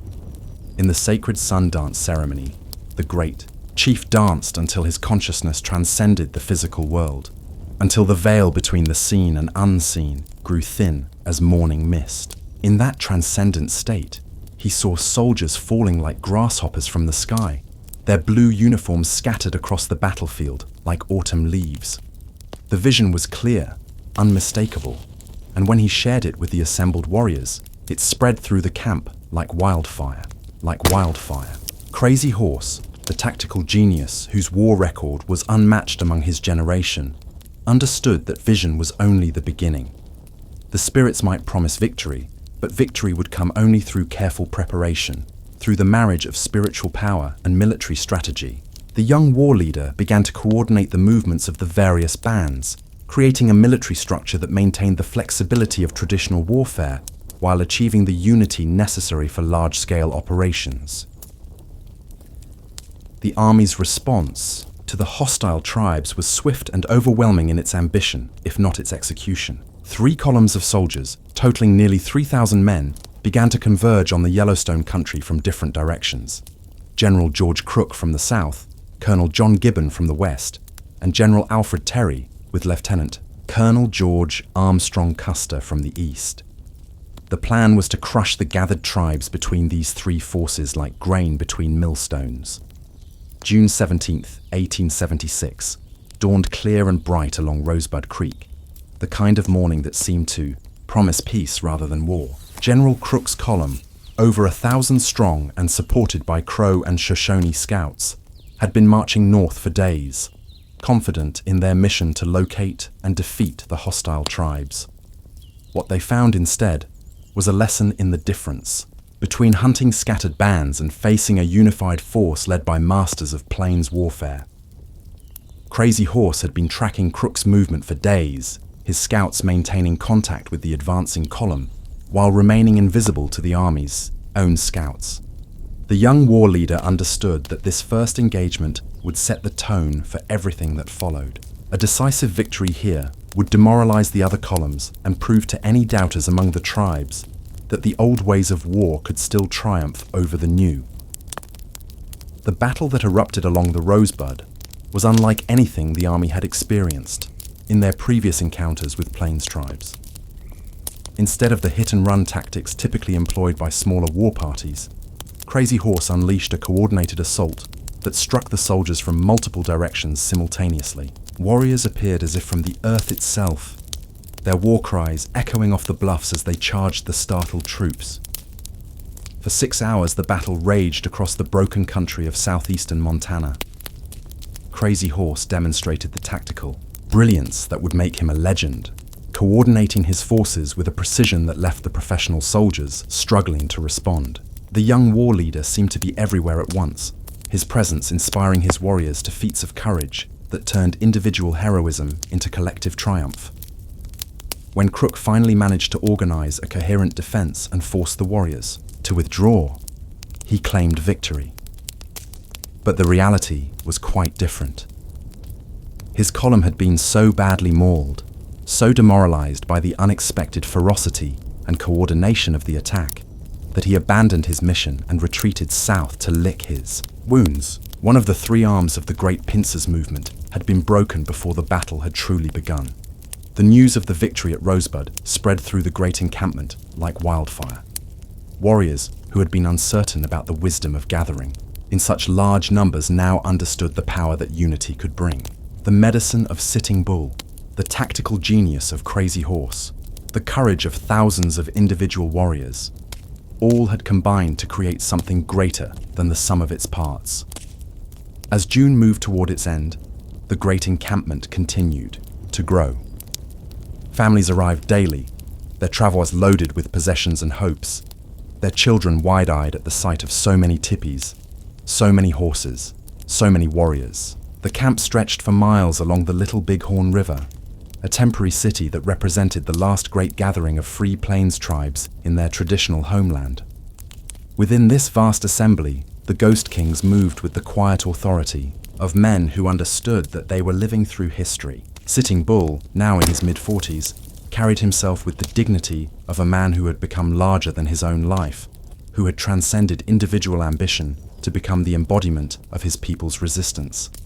His presence alone was enough to settle disputes, to inspire confidence, to maintain the delicate balance required to hold together such a diverse gathering. Crazy Horse, younger and more volatile, focused his energy on the practical matters of war. Scouts brought him daily reports of the remaining army column's movements, and he spent hours with the other war leaders, planning responses to every possible scenario. The young war chief understood that the victory at Rosebud had been only the beginning, that greater challenges lay ahead. Among the Cheyenne, another ghost king was emerging into prominence, Two Moons, whose calm wisdom complemented the fierce energy of his Lakota allies, had brought his people to the great gathering with the understanding that this might be their last chance to fight as free men. The Cheyenne chief moved through the camp with the quiet authority of a man who had seen too much of war but understood its necessity. The children of the great encampment played games that mimicked the activities of their elders, their laughter providing a counterpoint to the serious discussions of the warriors. Yet even in their games, there was an awareness that this summer was different, that something momentous was happening that would be remembered in stories told around winter fires for generations to come. The women of the camp, those who held the tribes together through their daily labor and spiritual wisdom, went about their tasks with the efficiency born of countless generations of nomadic life. Yet they too felt the weight of the moment, understood that they were participants in something that transcended the ordinary rhythms of seasonal movement and seasonal war. June 25, 1876, began like any other day in the great encampment along the Little Bighorn River. The morning mist rose from the water like the breath of sleeping spirits, and the vast circle of teepees stretched away into the distance, a testament to the enduring strength of the plains tribes. Women kindled cooking fires and prepared the morning meal. Children played along the riverbank, and the horse herds grazed peacefully on the rich grass of the bottomland. Yet beneath this surface tranquility, the Ghost Kings felt the approaching storm. Sitting Bull, whose connection to the spirit world had grown stronger with each passing year, had awakened from troubled dreams. In his visions, he had seen dust clouds rising in the distance, had heard the thunder of hooves that were not the hooves of buffalo. The great chief moved through the camp with the quiet urgency of a man who knew that destiny was approaching. Crazy Horse, always alert to the subtle signs that preceded battle, had noticed the behavior of the scout birds, the way they circled, and called in patterns that spoke of disturbance beyond the horizon.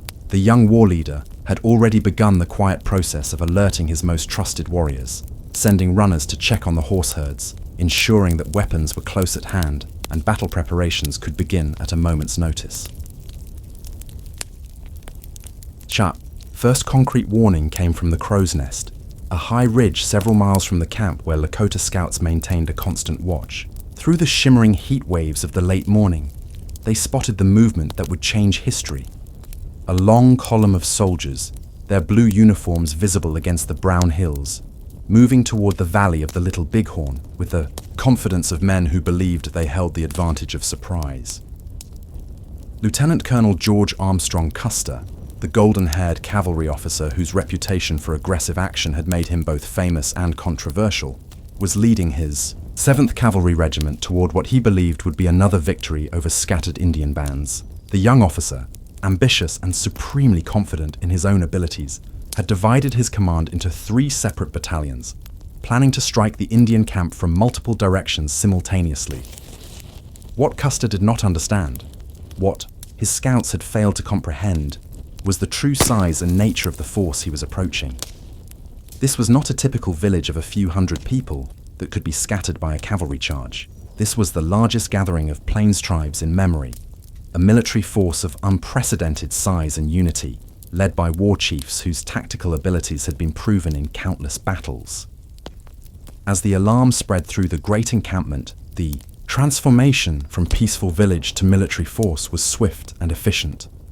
Warriors ran to collect their weapons and paint themselves for battle, their movements guided by decades of experience in the sudden transitions that marked life on the plains.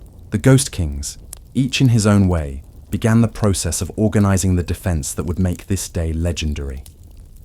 Sitting Bull, though past his prime as a warrior, remained in the camp to coordinate the overall defense and to provide the spiritual leadership that would sustain his people through the battle to come. The great chief understood that his role now was not to seek personal glory in combat, but to be the steady center around which the storm of battle could revolve. Crazy Horse, in the prime of his fighting years, took direct command of the mounted warriors who would meet the soldiers' attack.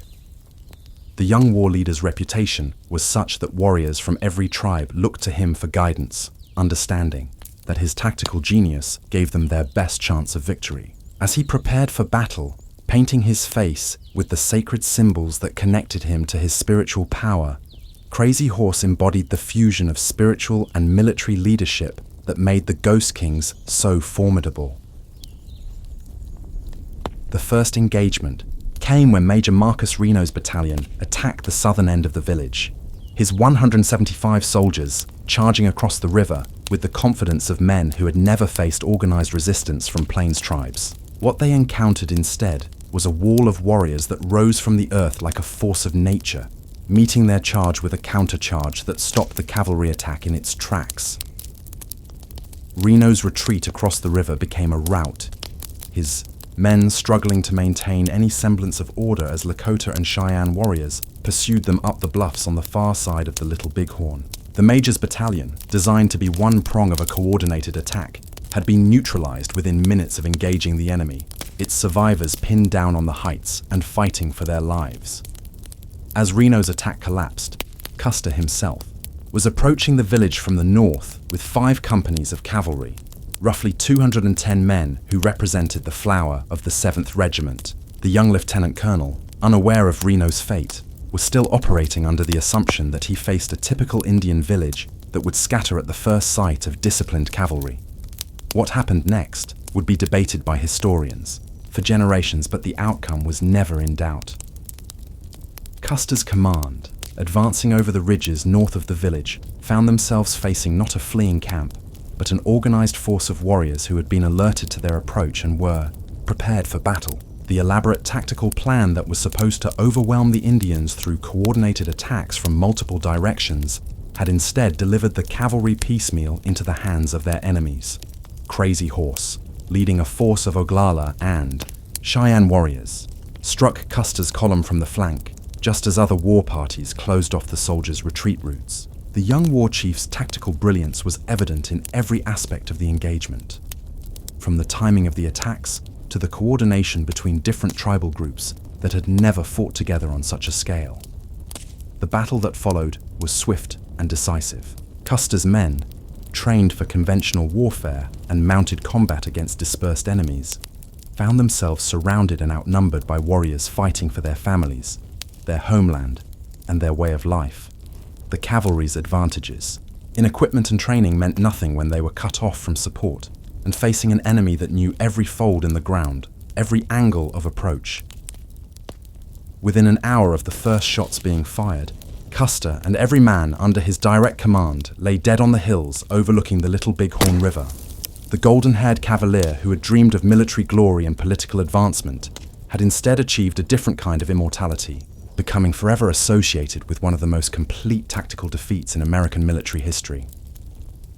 In the immediate aftermath of the battle, as the dust settled over the battlefield and the cries of victory echoed through the valley, the great encampment along the Little Bighorn experienced a moment of pure triumph. Warriors who had lived their entire lives under the shadow of an advancing civilization that seemed to devour everything in its path had proven that the old ways still held power, that courage and tactical brilliance could still overcome superior numbers and technology.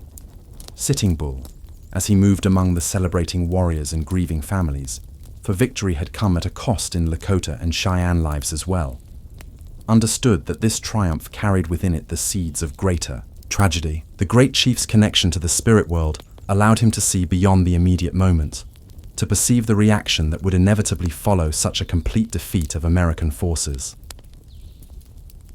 The Ghost King of the Hunkpapa had lived long enough to understand the pattern of American expansion, the way that each Indian victory merely prompted a larger and more determined response. The defeat of Custer would not teach the American government caution. It would instead provoke a reaction of such overwhelming force that the very victory at Little Bighorn would become the instrument of the Plains tribe's final defeat. Crazy Horse, despite his youth, shared this grim understanding. The brilliant war leader who had coordinated the tactical masterpiece that destroyed Custer's command knew that they had won a battle, but not the war. As he surveyed the battlefield, noting the efficiency with which his warriors had executed their plan, he was already thinking ahead to the challenges that would follow. The great encampment could not remain together indefinitely. The vast gathering that had made victory possible also made the tribes vulnerable to the concentrated retaliation that was surely coming.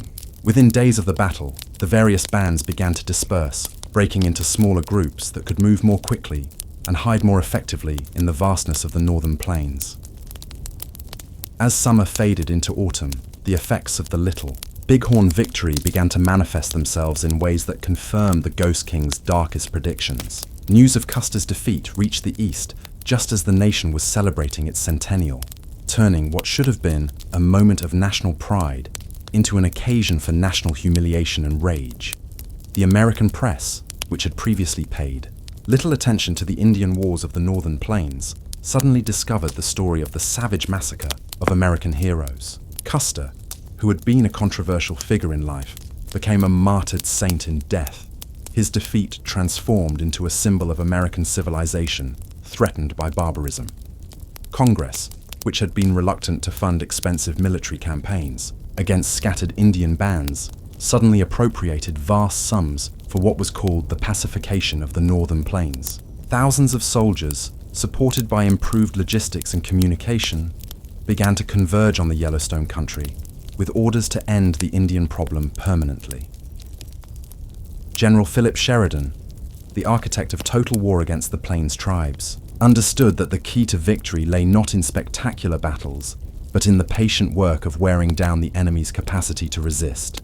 The new campaign would focus on destroying the material basis of Indian resistance: the horse herds, the food supplies, the seasonal rounds that allowed the tribes to maintain their independence. Through the autumn and winter of 1876-77, the pressure on the remaining free bands became relentless. Columns of soldiers crisscrossed the northern plains, not seeking decisive battles, but methodically destroying everything that allowed the Indians to maintain their traditional way of life. Villages were burned, horse herds captured or scattered, and the survivors driven ever deeper into the most remote and inhospitable regions. Sitting Bull, leading his followers in an increasingly desperate search for safety, found himself forced to make decisions that would have been unthinkable just months before. The great chief who had united the Plains tribes in their greatest victory now faced the agonizing choice between continued resistance that might mean the destruction of his people and surrender that would certainly mean the end of their way of life. The winter of 1876-77 was particularly harsh, and the combination of military pressure and natural hardship began to take its toll on even the most determined resistors. Families who had followed the Ghost Kings through years of warfare began to drift away toward the agencies, choosing the uncertain safety of reservation life over the increasingly hopeless struggle for freedom. Crazy Horse, whose tactical genius had made him the most feared war leader on the plains, found himself commanding ever smaller bands of warriors as the practical realities of the situation became undeniable. The young chief who had never been defeated in battle was learning the bitter lesson that military victory meant nothing without the resources to sustain it. The breaking point came in the spring of 1877, when even the most remote refugees began to offer no sanctuary from the pursuing soldiers. The network of traders and mixed-blood intermediaries who had provided the Indians with ammunition and supplies had been systematically destroyed, leaving the free bands increasingly isolated and desperate. On May 6, 1877, Crazy Horse led his remaining followers into Fort Robinson, Nebraska, to surrender to the authorities he had fought so brilliantly and so hopelessly. The young war chief, who had embodied the military genius of his people, walked beside his worn pony, his head high. Despite the circumstances, his dignity intact even in defeat. The surrender of Crazy Horse marked the effective end of armed resistance by the Lakota, though Sitting Bull himself remained at large with a small band of followers, having crossed into Canada, where the Long Knives could not follow. The great chief, who had provided the spiritual leadership for the last great gathering of Free Plains tribes, now found himself an exile in a foreign land, dependent on the uncertain hospitality of the British authorities. September 5th, 1877, dawned grey and cold at Fort Robinson, carrying in its chill wind the promise of winter and the weight of endings. Crazy Horse, the Ghost King, whose name had once struck fear into the hearts of cavalry officers across the northern plains, awoke in the confines of the military post as a prisoner whose very presence had become a problem for the authorities, who had accepted his surrender. The months since his surrender had been a study in the impossible position of a man caught between two worlds. The military commanders wanted to use his influence to convince other holdout bands to come in, but they also feared his continued presence among the agency Indians. His own people looked to him for leadership even in captivity, but the very loyalty he inspired made him dangerous in the eyes of those who sought to break the spirit of Indian resistance permanently. Crazy Horse had never learned to navigate the complex political waters of reservation life, had never mastered the delicate balance of cooperation and resistance that allowed some leaders to maintain their influence under the new order. The young war chief, who had been a master of battlefield tactics, found himself defeated by the subtler warfare of bureaucracy and competing interests. The end came swiftly and unexpectedly, the result of misunderstandings, cultural conflicts, and the simple impossibility of containing a spirit that had never been meant for cages. When rumors began to circulate that Crazy Horse was planning to leave the reservation, to rejoin the hostile bands still at large, the authorities decided that the risk of his continued presence outweighed any potential benefit. As evening shadows lengthened across the parade ground at Fort Robinson, Crazy Horse walked toward what he believed would be another meeting with the post commander. Instead, he found himself being led toward the guardhouse, toward confinement that represented the final negation of everything he had lived and fought for. The realization of betrayal came like a physical blow, and the warrior who had never retreated from any battlefield made his last charge. The struggle was brief and violent, ending with a bayonet thrust that pierced the heart of the greatest war leader the Plains tribes had ever produced.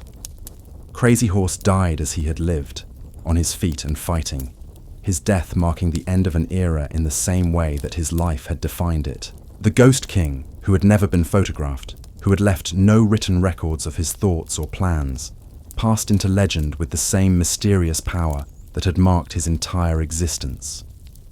News of Crazy Horse's death spread through the agencies, and the remaining free bands like a winter wind, carrying with it the knowledge that something irreplaceable had been lost. The young war chief, who had embodied the military resistance of his people, had become another casualty of the collision between two incompatible ways of life, his death marking the point where active resistance gave way to a different kind of struggle for survival. North of the international border, Sitting Bull received word of his young ally's death with the stoic acceptance of a man who had seen too much of both victory and defeat.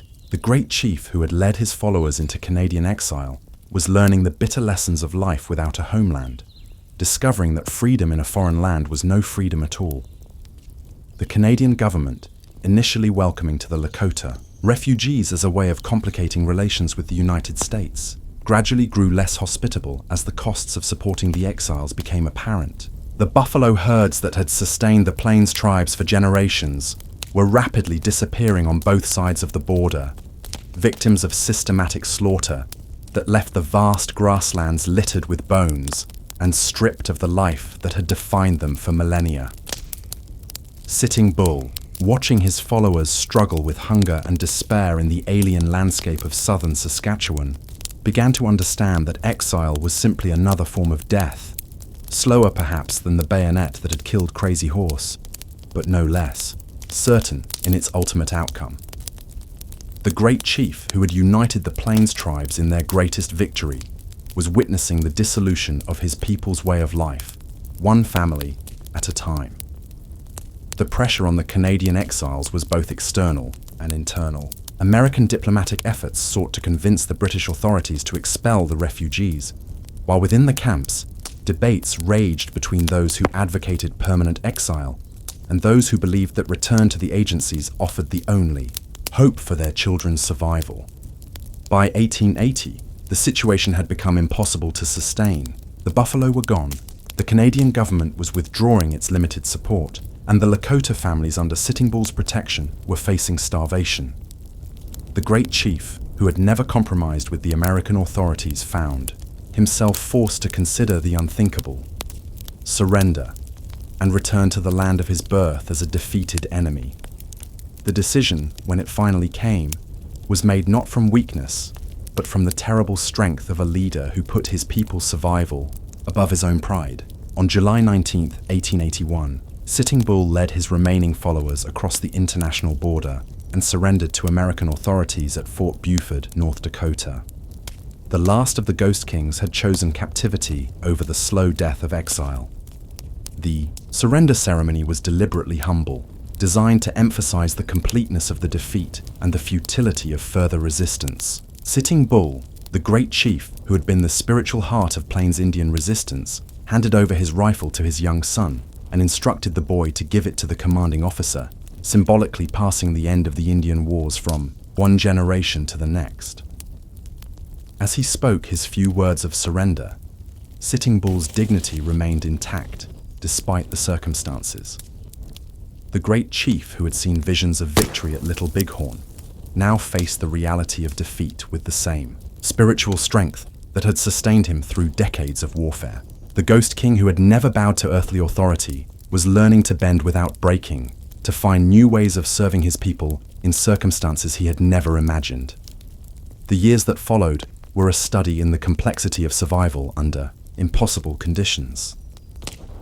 Sitting Bull, confined to various agencies and reservations, found himself transformed from war leader to celebrity, his fame in the white world growing even as his actual power diminished.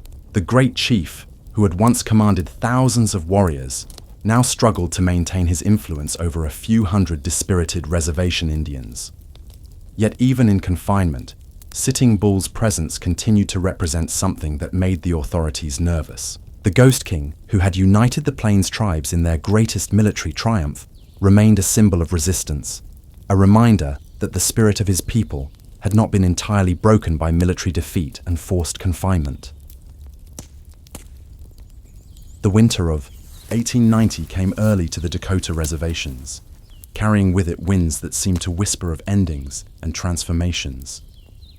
Sitting Bull, now in his late 50s and bearing the weight of years that had seen the complete transformation of his world, felt the restlessness that preceded great changes. The Ghost King, who had outlived most of his contemporaries, was about to face his final test, one that would determine not just his own fate, but the future of his people's resistance to the forces that sought to eliminate their identity entirely. Throughout the reservations of the Northern Plains, a new religious movement was spreading with the speed and intensity of wildfire. The ghost dance, brought by the Paiute prophet Wovoka from the distant Nevada desert, promised nothing less than the restoration of the world as it had been before the coming of the white man. The buffalo would return, the dead would rise, and the invaders would disappear like snow before the spring sun. For a people who had been systematically stripped of their traditional ways of life, who had watched their children sent to distant schools where they were forbidden to speak their own language or practice their own ceremonies, the ghost dance offered hope where none had existed before. The promise of spiritual renewal, of a return to the old ways through divine intervention, provided an alternative to the slow death of cultural assimilation that seemed to be their only other option. Sitting Bull, whose reputation as a medicine man was as great as his fame as a war leader, approached the ghost dance with the caution of one who understood the power of spiritual movements to both unite and destroy. The great chief had seen too much of both victory and defeat to be easily swept away by prophecies, yet he also understood the desperate hunger for hope that drove his people to embrace any promise of deliverance. The ghost, Dance itself was both beautiful and heartbreaking in its simplicity. Dancers would join hands in a great circle, moving slowly to the rhythm of sacred songs while entering trance states in which they claimed to commune with dead relatives and see visions of the renewed world to come. The ceremony combined elements of traditional Plains spirituality with Christian imagery, creating a syncretic religion that spoke to the complex reality of Indian life in the late 19th century. As the movement spread through the Lakota reservations, government officials and military commanders began to view it with increasing alarm. The gathering of large numbers of Indians for religious purposes, the apocalyptic rhetoric about the disappearance of white people, and the obvious emotional intensity of the participants all combined to create fears of another uprising, another Little Bighorn. Sitting Bull's attitude toward the ghost dance was complex and nuanced, reflecting his role as both spiritual leader and practical politician.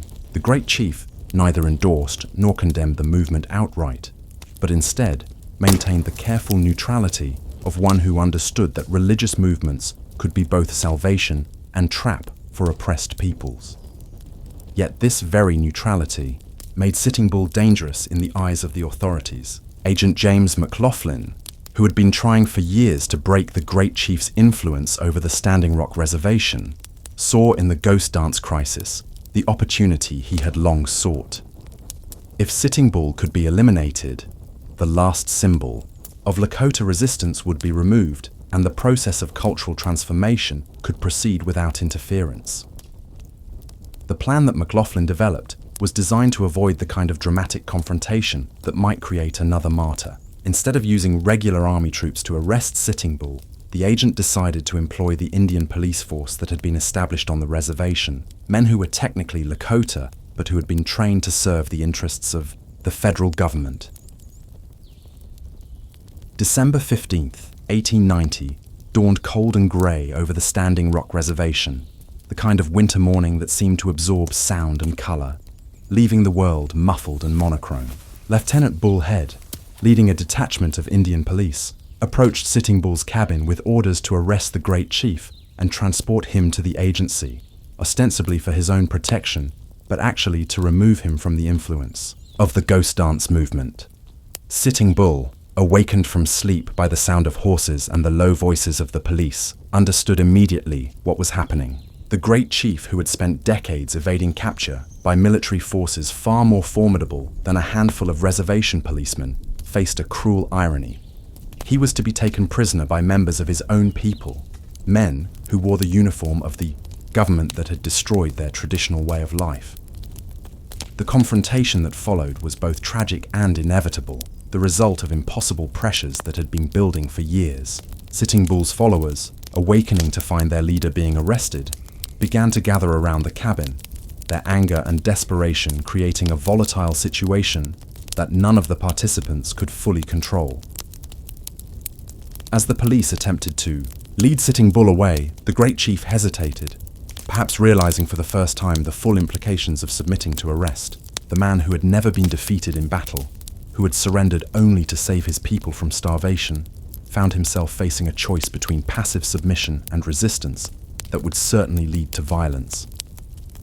The shooting began suddenly, and without clear instigation, the result of fear and tension rather than deliberate planning. In the confused melee that followed, Sitting Bull fell with bullets in his chest and head.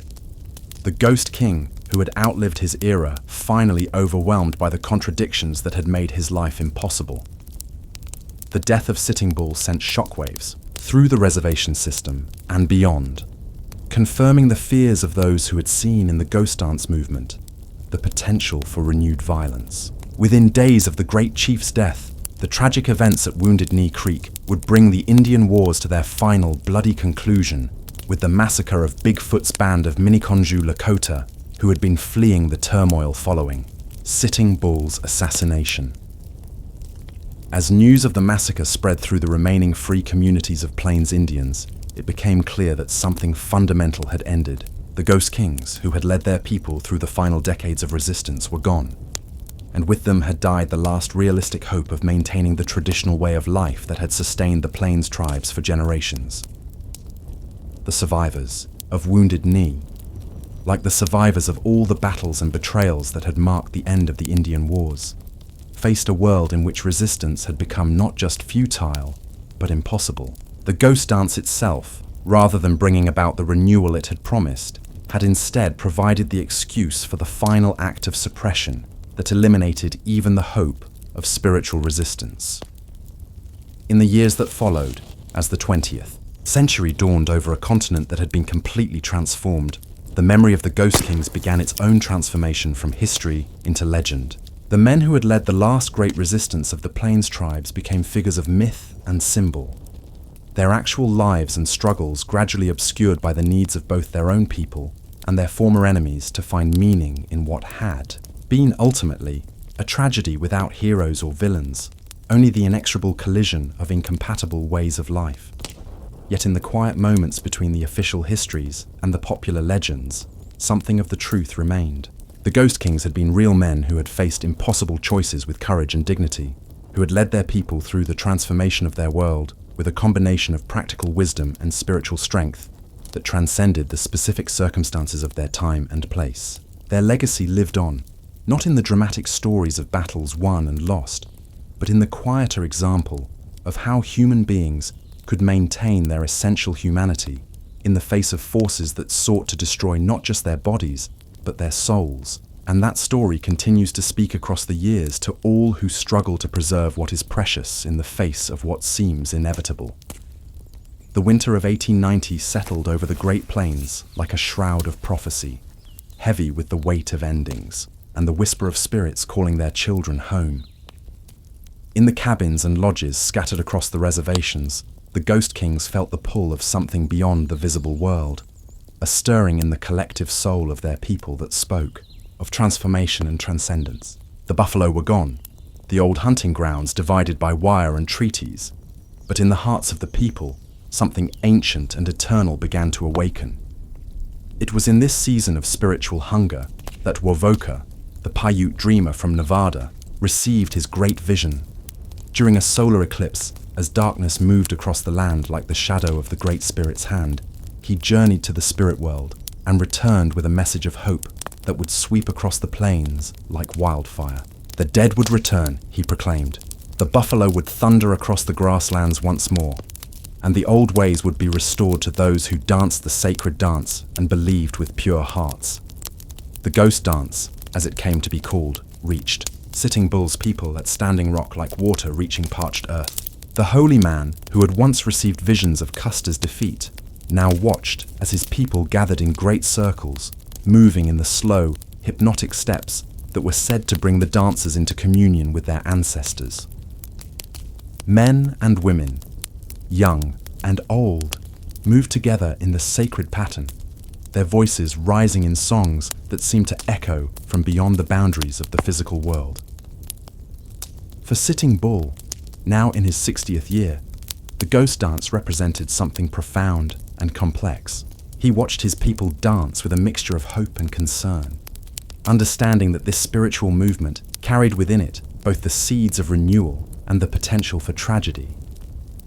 The Indian agents viewed the dancing with suspicion and fear, seeing in it not a cry for spiritual healing, but a call to war.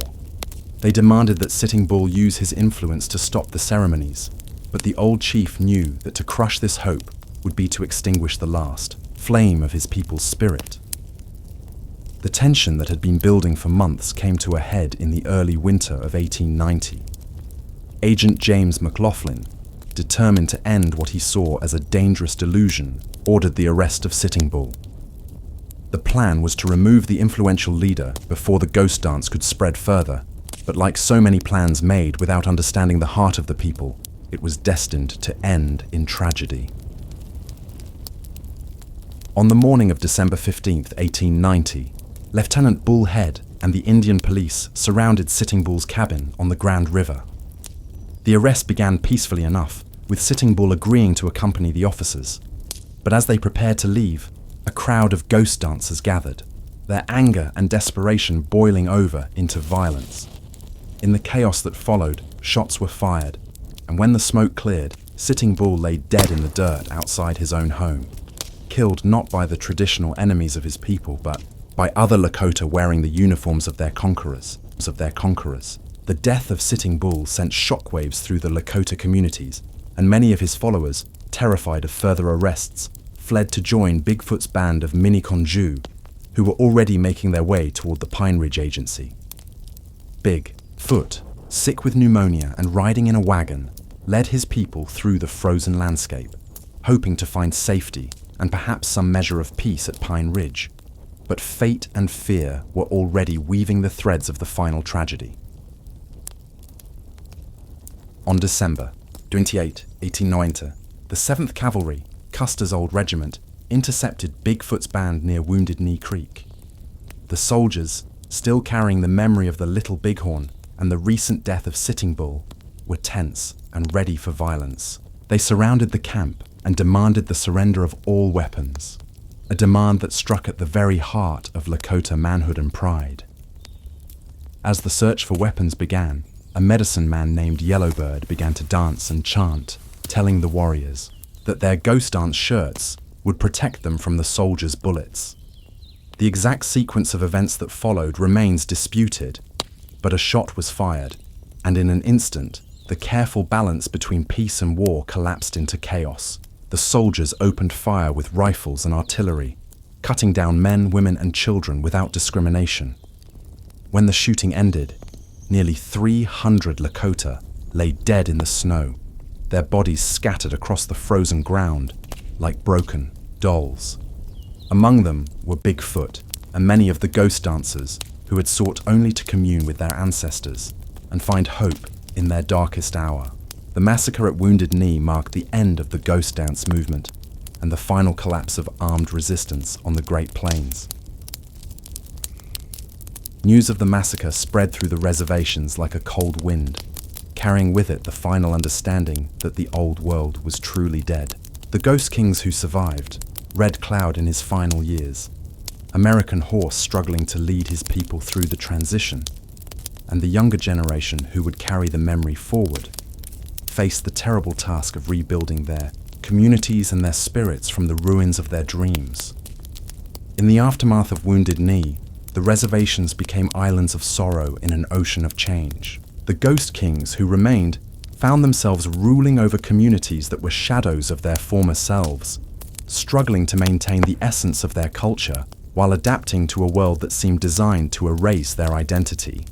The buffalo were gone, replaced by government beef rations that arrived sporadically and often spoiled. The vast hunting grounds had been carved up into individual allotments, breaking the communal bonds that had held the tribes together for generations. Red Cloud, now ancient and nearly blind, spent his final years at the Pine Ridge Agency, watching as the children of his people were taken away to boarding schools, where they were forbidden to speak their native languages or practice their traditional ways. The old chief, who had once negotiated as an equal with the President of the United States, now found himself dependent on government interpreters and subject to the whims of Indian agents who saw him more as a relic than a leader.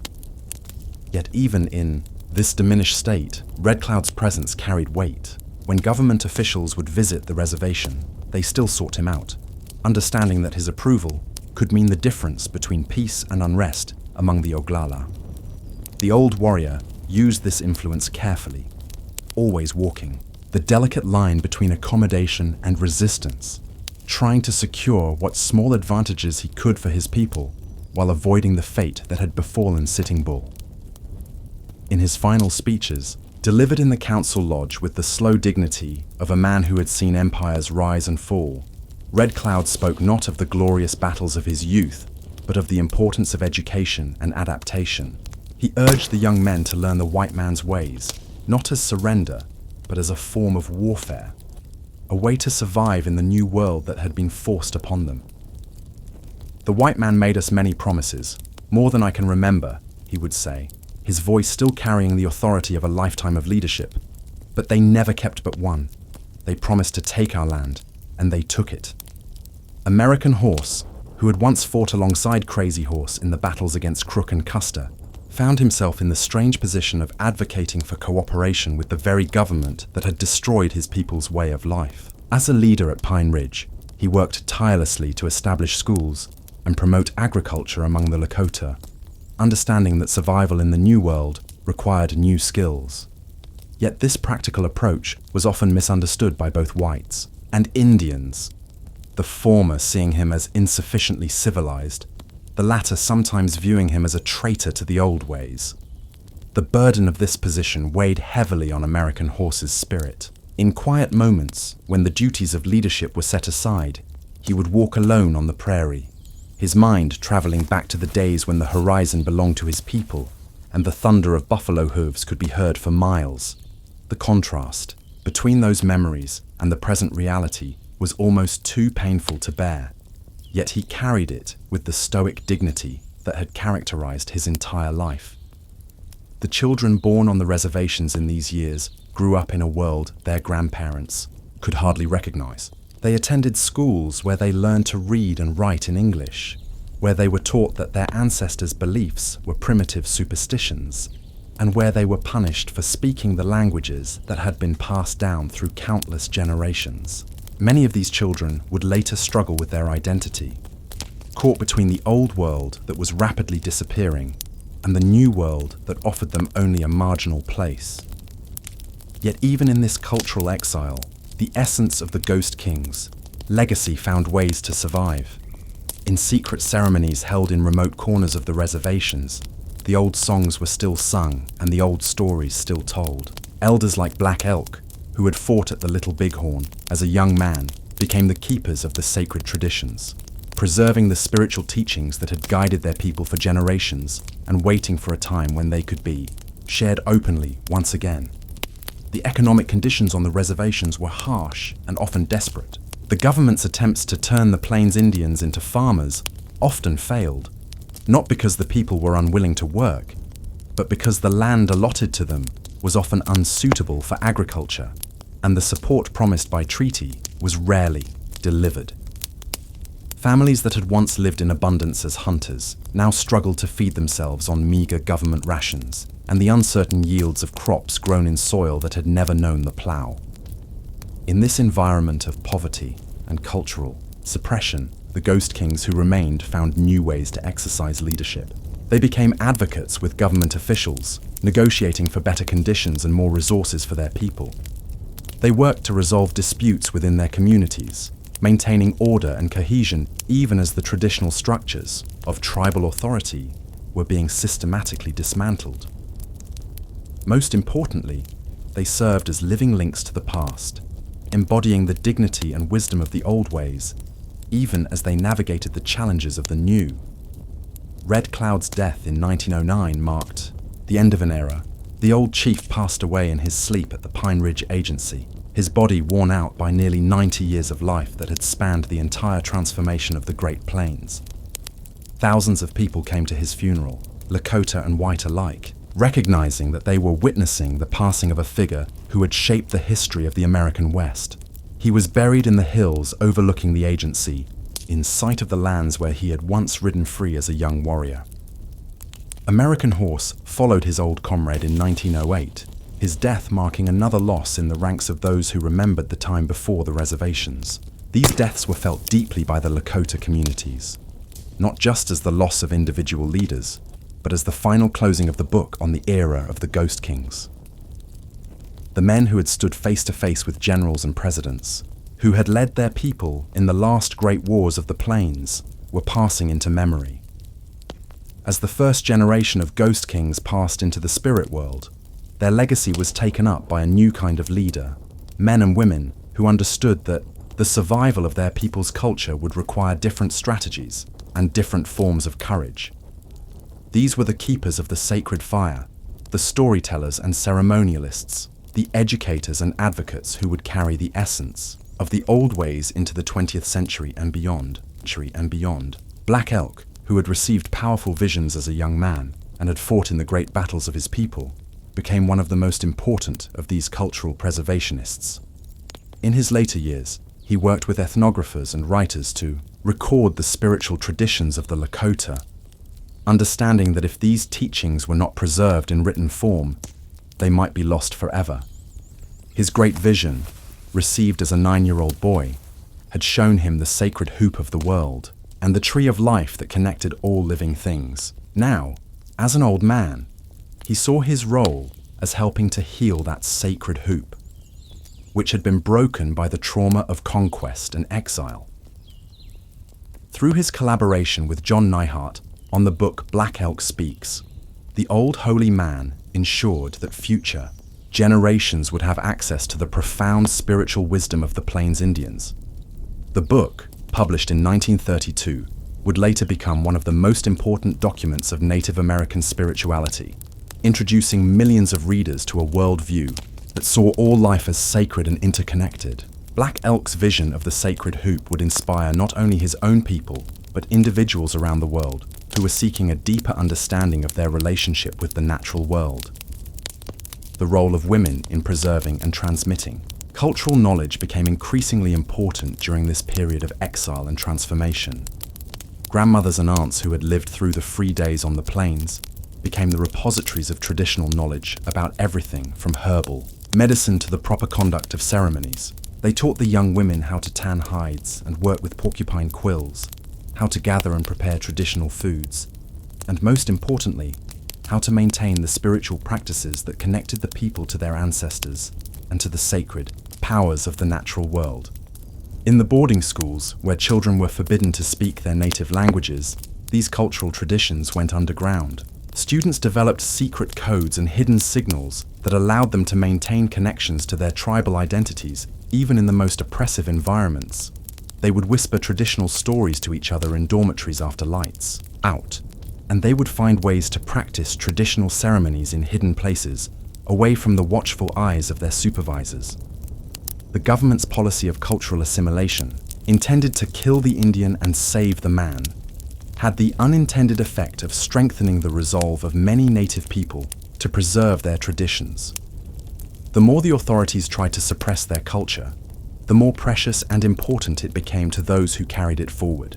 The ghost kings of this generation were not warriors in the traditional sense, but they were engaged in a different kind of warfare, a battle for the survival of their people's soul.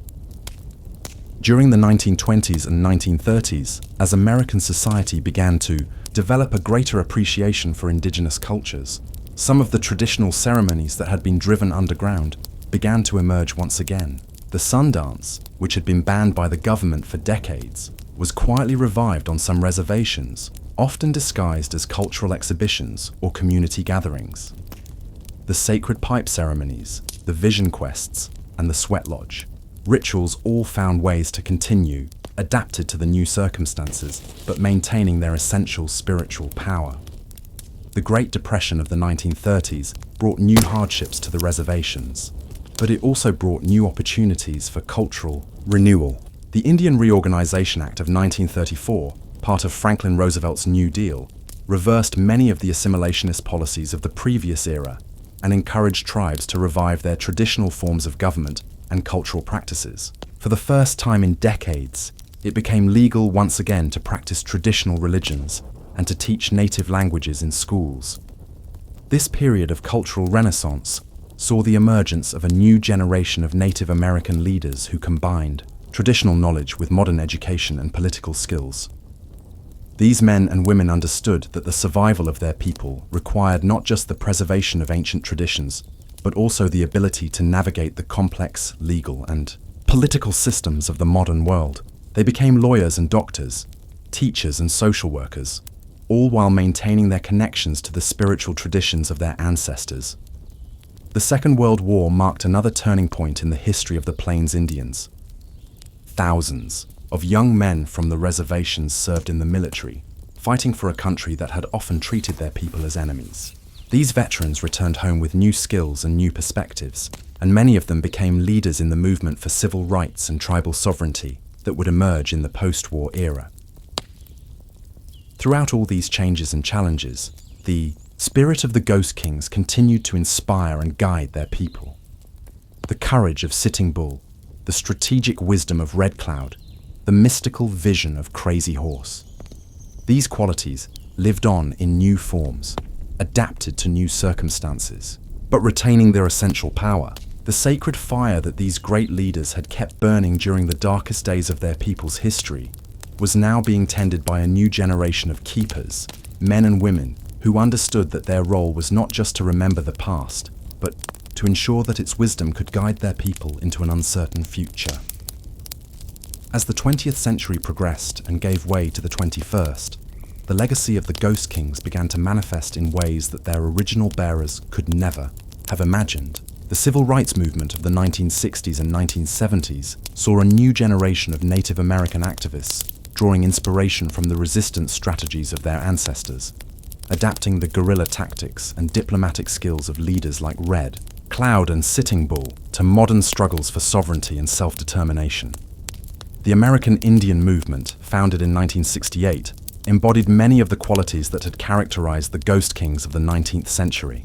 Leaders like Dennis Banks and Russell Means combined traditional spiritual beliefs with modern political activism, organizing protests and occupations that brought national attention to the ongoing injustices faced by native peoples. The occupation of Alcatraz Island in 1969, the Trail of Broken Treaties in 1972, and the standoff at Wounded Knee in 1973 all echoed the bold actions of the Ghost Kings, demonstrating that the spirit of resistance had not been broken by a century of oppression. The choice of Wounded Knee as the site for the 1973 occupation was particularly symbolic, representing both the nadir of Native American history and the potential for renewal and rebirth. For 71 days, AIM activists held the small community on the Pine Ridge Reservation, demanding recognition of treaty rights and an end to the corrupt tribal government that they believed was collaborating too closely with federal authorities. The standoff attracted international attention and reminded the world that the issues that had driven the Ghost Kings to war a century earlier had not been resolved. During this same period, there was a remarkable revival of traditional spiritual practices that had been suppressed or driven underground for generations. The sun dance, the vision quest, the sweat lodge ceremony, and other sacred rituals began to be practiced openly once again, not just on the reservations, but in urban communities where many native people had relocated in search of economic opportunities. This spiritual renaissance was led by holy men and women who had kept the old traditions alive during the darkest years, passing them on to new generations who were hungry for connection to their ancestral roots. The figure of Crazy Horse became particularly important during this period of cultural renewal. Unlike Sitting Bull or Red Cloud, Crazy Horse had never been captured or forced to live on a reservation, and his refusal to be photographed meant that his image could not be commercialized or commodified. He became a symbol of uncompromising resistance and spiritual purity, inspiring everything from protest movements to artistic expressions. The massive sculpture of Crazy Horse being carved into the Black Hills of South Dakota, begun in 1948 and still ongoing, represents an attempt to create a monument to Native American pride that rivals Mount Rushmore in its scope and ambition. The legal battles of the late 20th and early 21st centuries represented a different kind of warfare than that practiced by the Ghost Kings, but one that required similar qualities of strategic thinking and persistent courage. Native American lawyers and activists fought for the return of sacred lands, the recognition of treaty rights, and the protection of traditional ways of life. The successful campaign to return the Black Hills to the Lakota, while still ongoing, has become a symbol of the broader struggle for justice and reconciliation. The establishment of tribal colleges and universities on many reservations represented another form of the eternal return, as native communities took control of their own educational systems and began to teach their own histories and cultures alongside mainstream academic subjects. These institutions, many of which were named after the Ghost Kings or other historical leaders, became centers for the preservation and transmission of traditional knowledge, while also preparing students for success in the modern world. The gaming industry, which transformed the economic landscape of many reservations beginning in the 1980s, was viewed by some as a return to the kind of economic independence that the Ghost Kings had fought to preserve.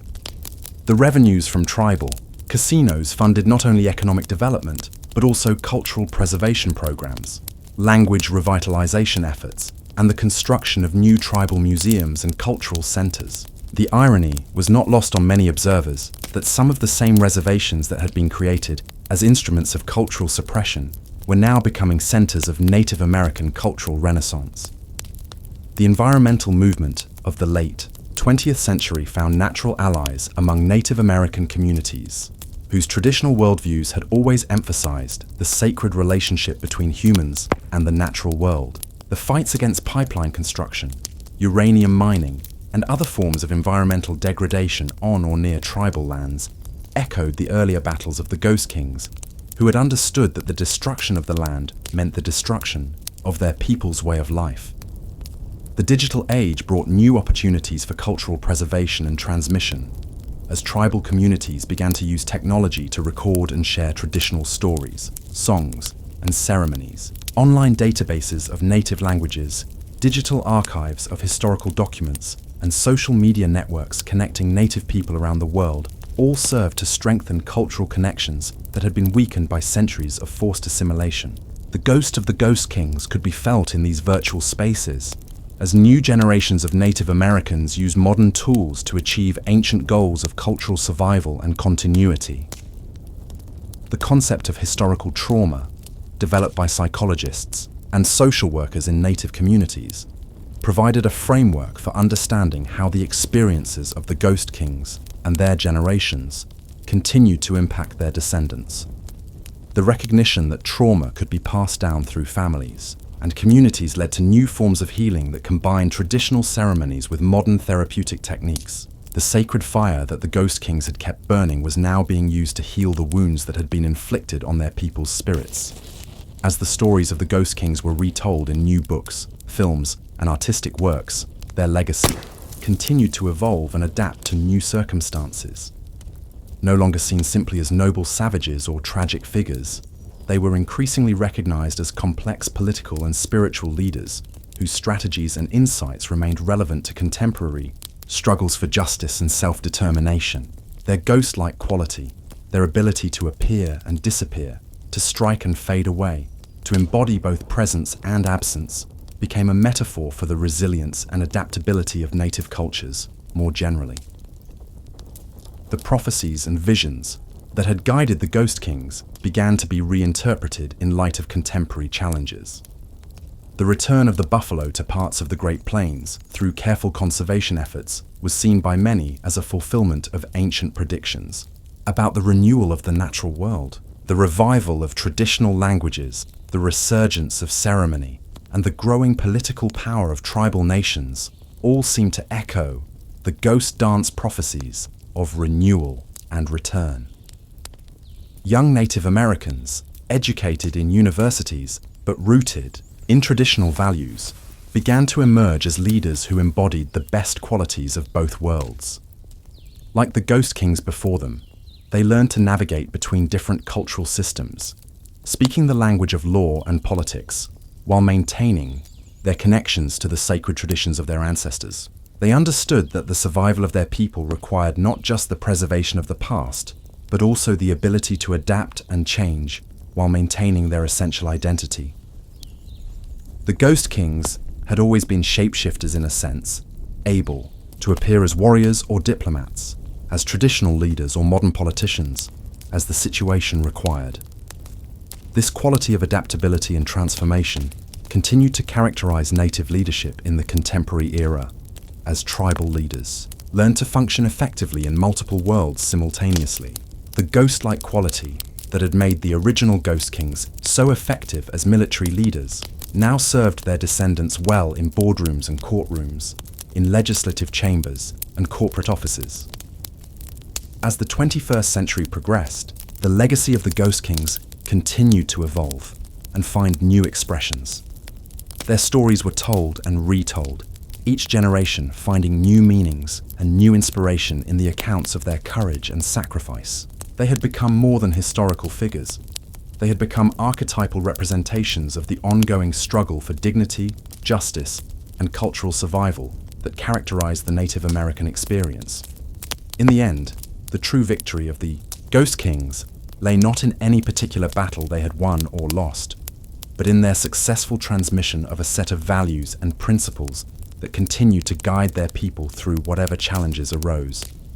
Their ghost-like presence could, be felt wherever native people gathered to pray, to celebrate, to organize, or to resist. They had become eternal guardians of their people's spirit, forever watching over the sacred fire that they had fought so hard to keep alive.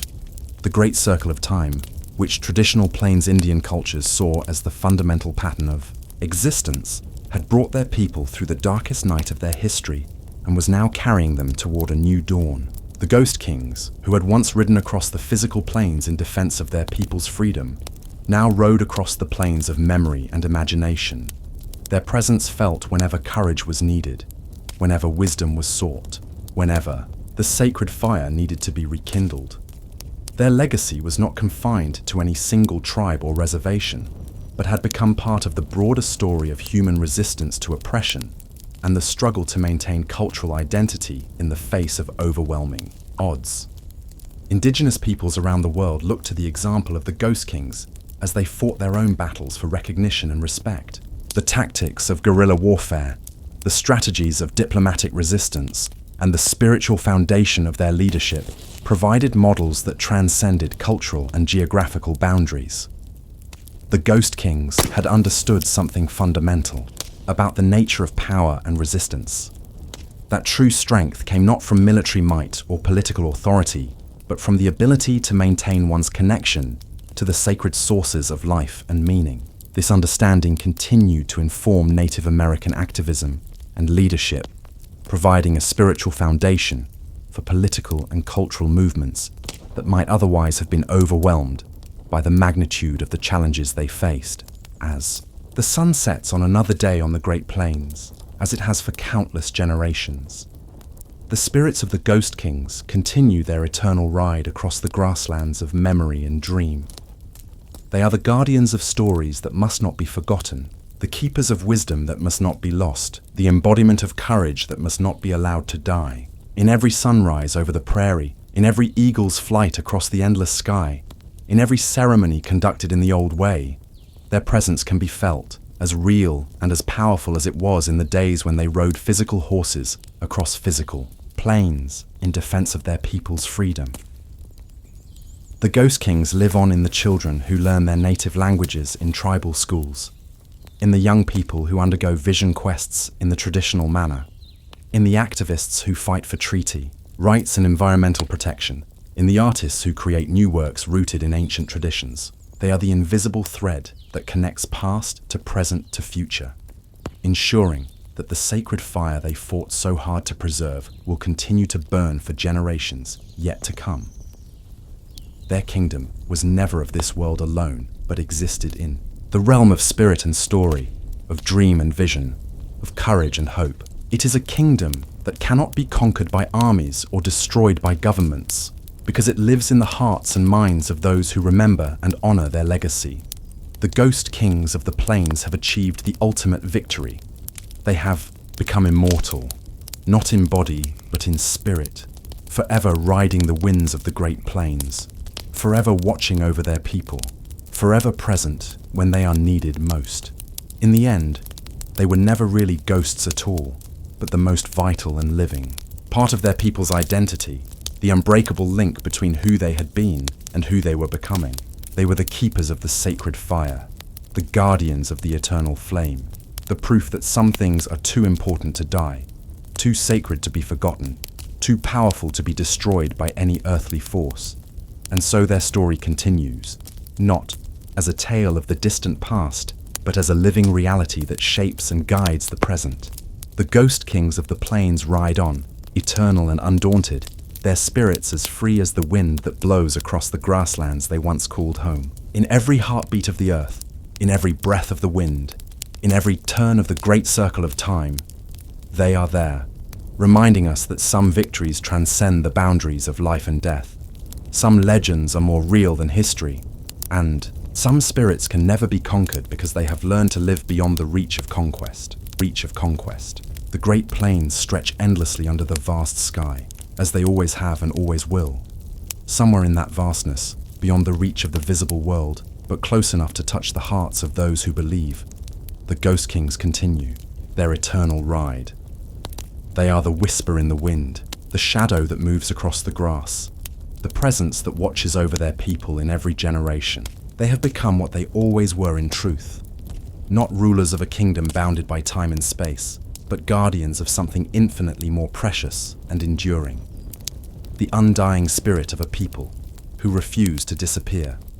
Their horses' hoofbeats echo still across the landscape of memory, a rhythm that matches the heartbeat of the earth itself, a cadence that speaks of continuity and renewal, of endings that are also beginnings, of deaths that are also births. The ghost kings of the plains have entered into legend, and from legend into something even more powerful and enduring. They have become part of the eternal story that every people must tell about themselves if they are to survive and flourish in an often hostile world. The story ends where it began, in the silence and the wind, in the vast spaces of the Great Plains, where spirits ride free and time moves in great circles rather than straight lines. The Ghost Kings have passed into that place where all true stories go to live forever, beyond the reach of time and change, beyond the power of any earthly force to diminish or destroy. They have become eternal, and in becoming eternal, they have ensured that their people too will endure.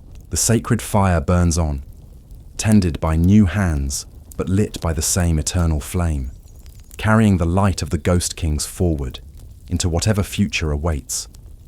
Beneath layers of history, and above the reach of time, where silence remembers and wind carries the eternal songs, the Ghost Kings of the Plains continue their watch. They are the guardians of the space between earth and sky, the keepers of the threshold between the world that was and the world that is becoming. In that sacred space, they reign still, their kingdom more real than any empire, their power more enduring than any conquest, their presence more lasting than any monument carved in stone. The stars that watched their birth continue to watch their eternal journey, and will watch still when all the empires of earth have crumbled into dust. For the Ghost Kings were never bound by the limitations of flesh and time, but belonged to that realm where all true kings reign, the realm of spirit and story, of courage and sacrifice, of love that transcends death and hope that outlasts despair. There they ride still, and there they will ride forever, across the endless plains of eternity, their spirits as free as the wind, and as enduring as the sky itself. Thank you for joining us on this journey through history. If these timeless stories have moved you, helped you find peace, or enriched your understanding of our shared past, please consider supporting our mission to bring history to life. Like this video to help others discover these important stories. Share it with friends and family who appreciate history, and subscribe to Fall Asleep to History for more deeply researched, beautifully narrated journeys through time. Your support helps us continue creating these extensive historical narratives that honor the complexity and humanity of the past, while providing the peaceful, meditative content you've come to expect. Sweet dreams, and may the stories of the past bring wisdom to your tomorrow.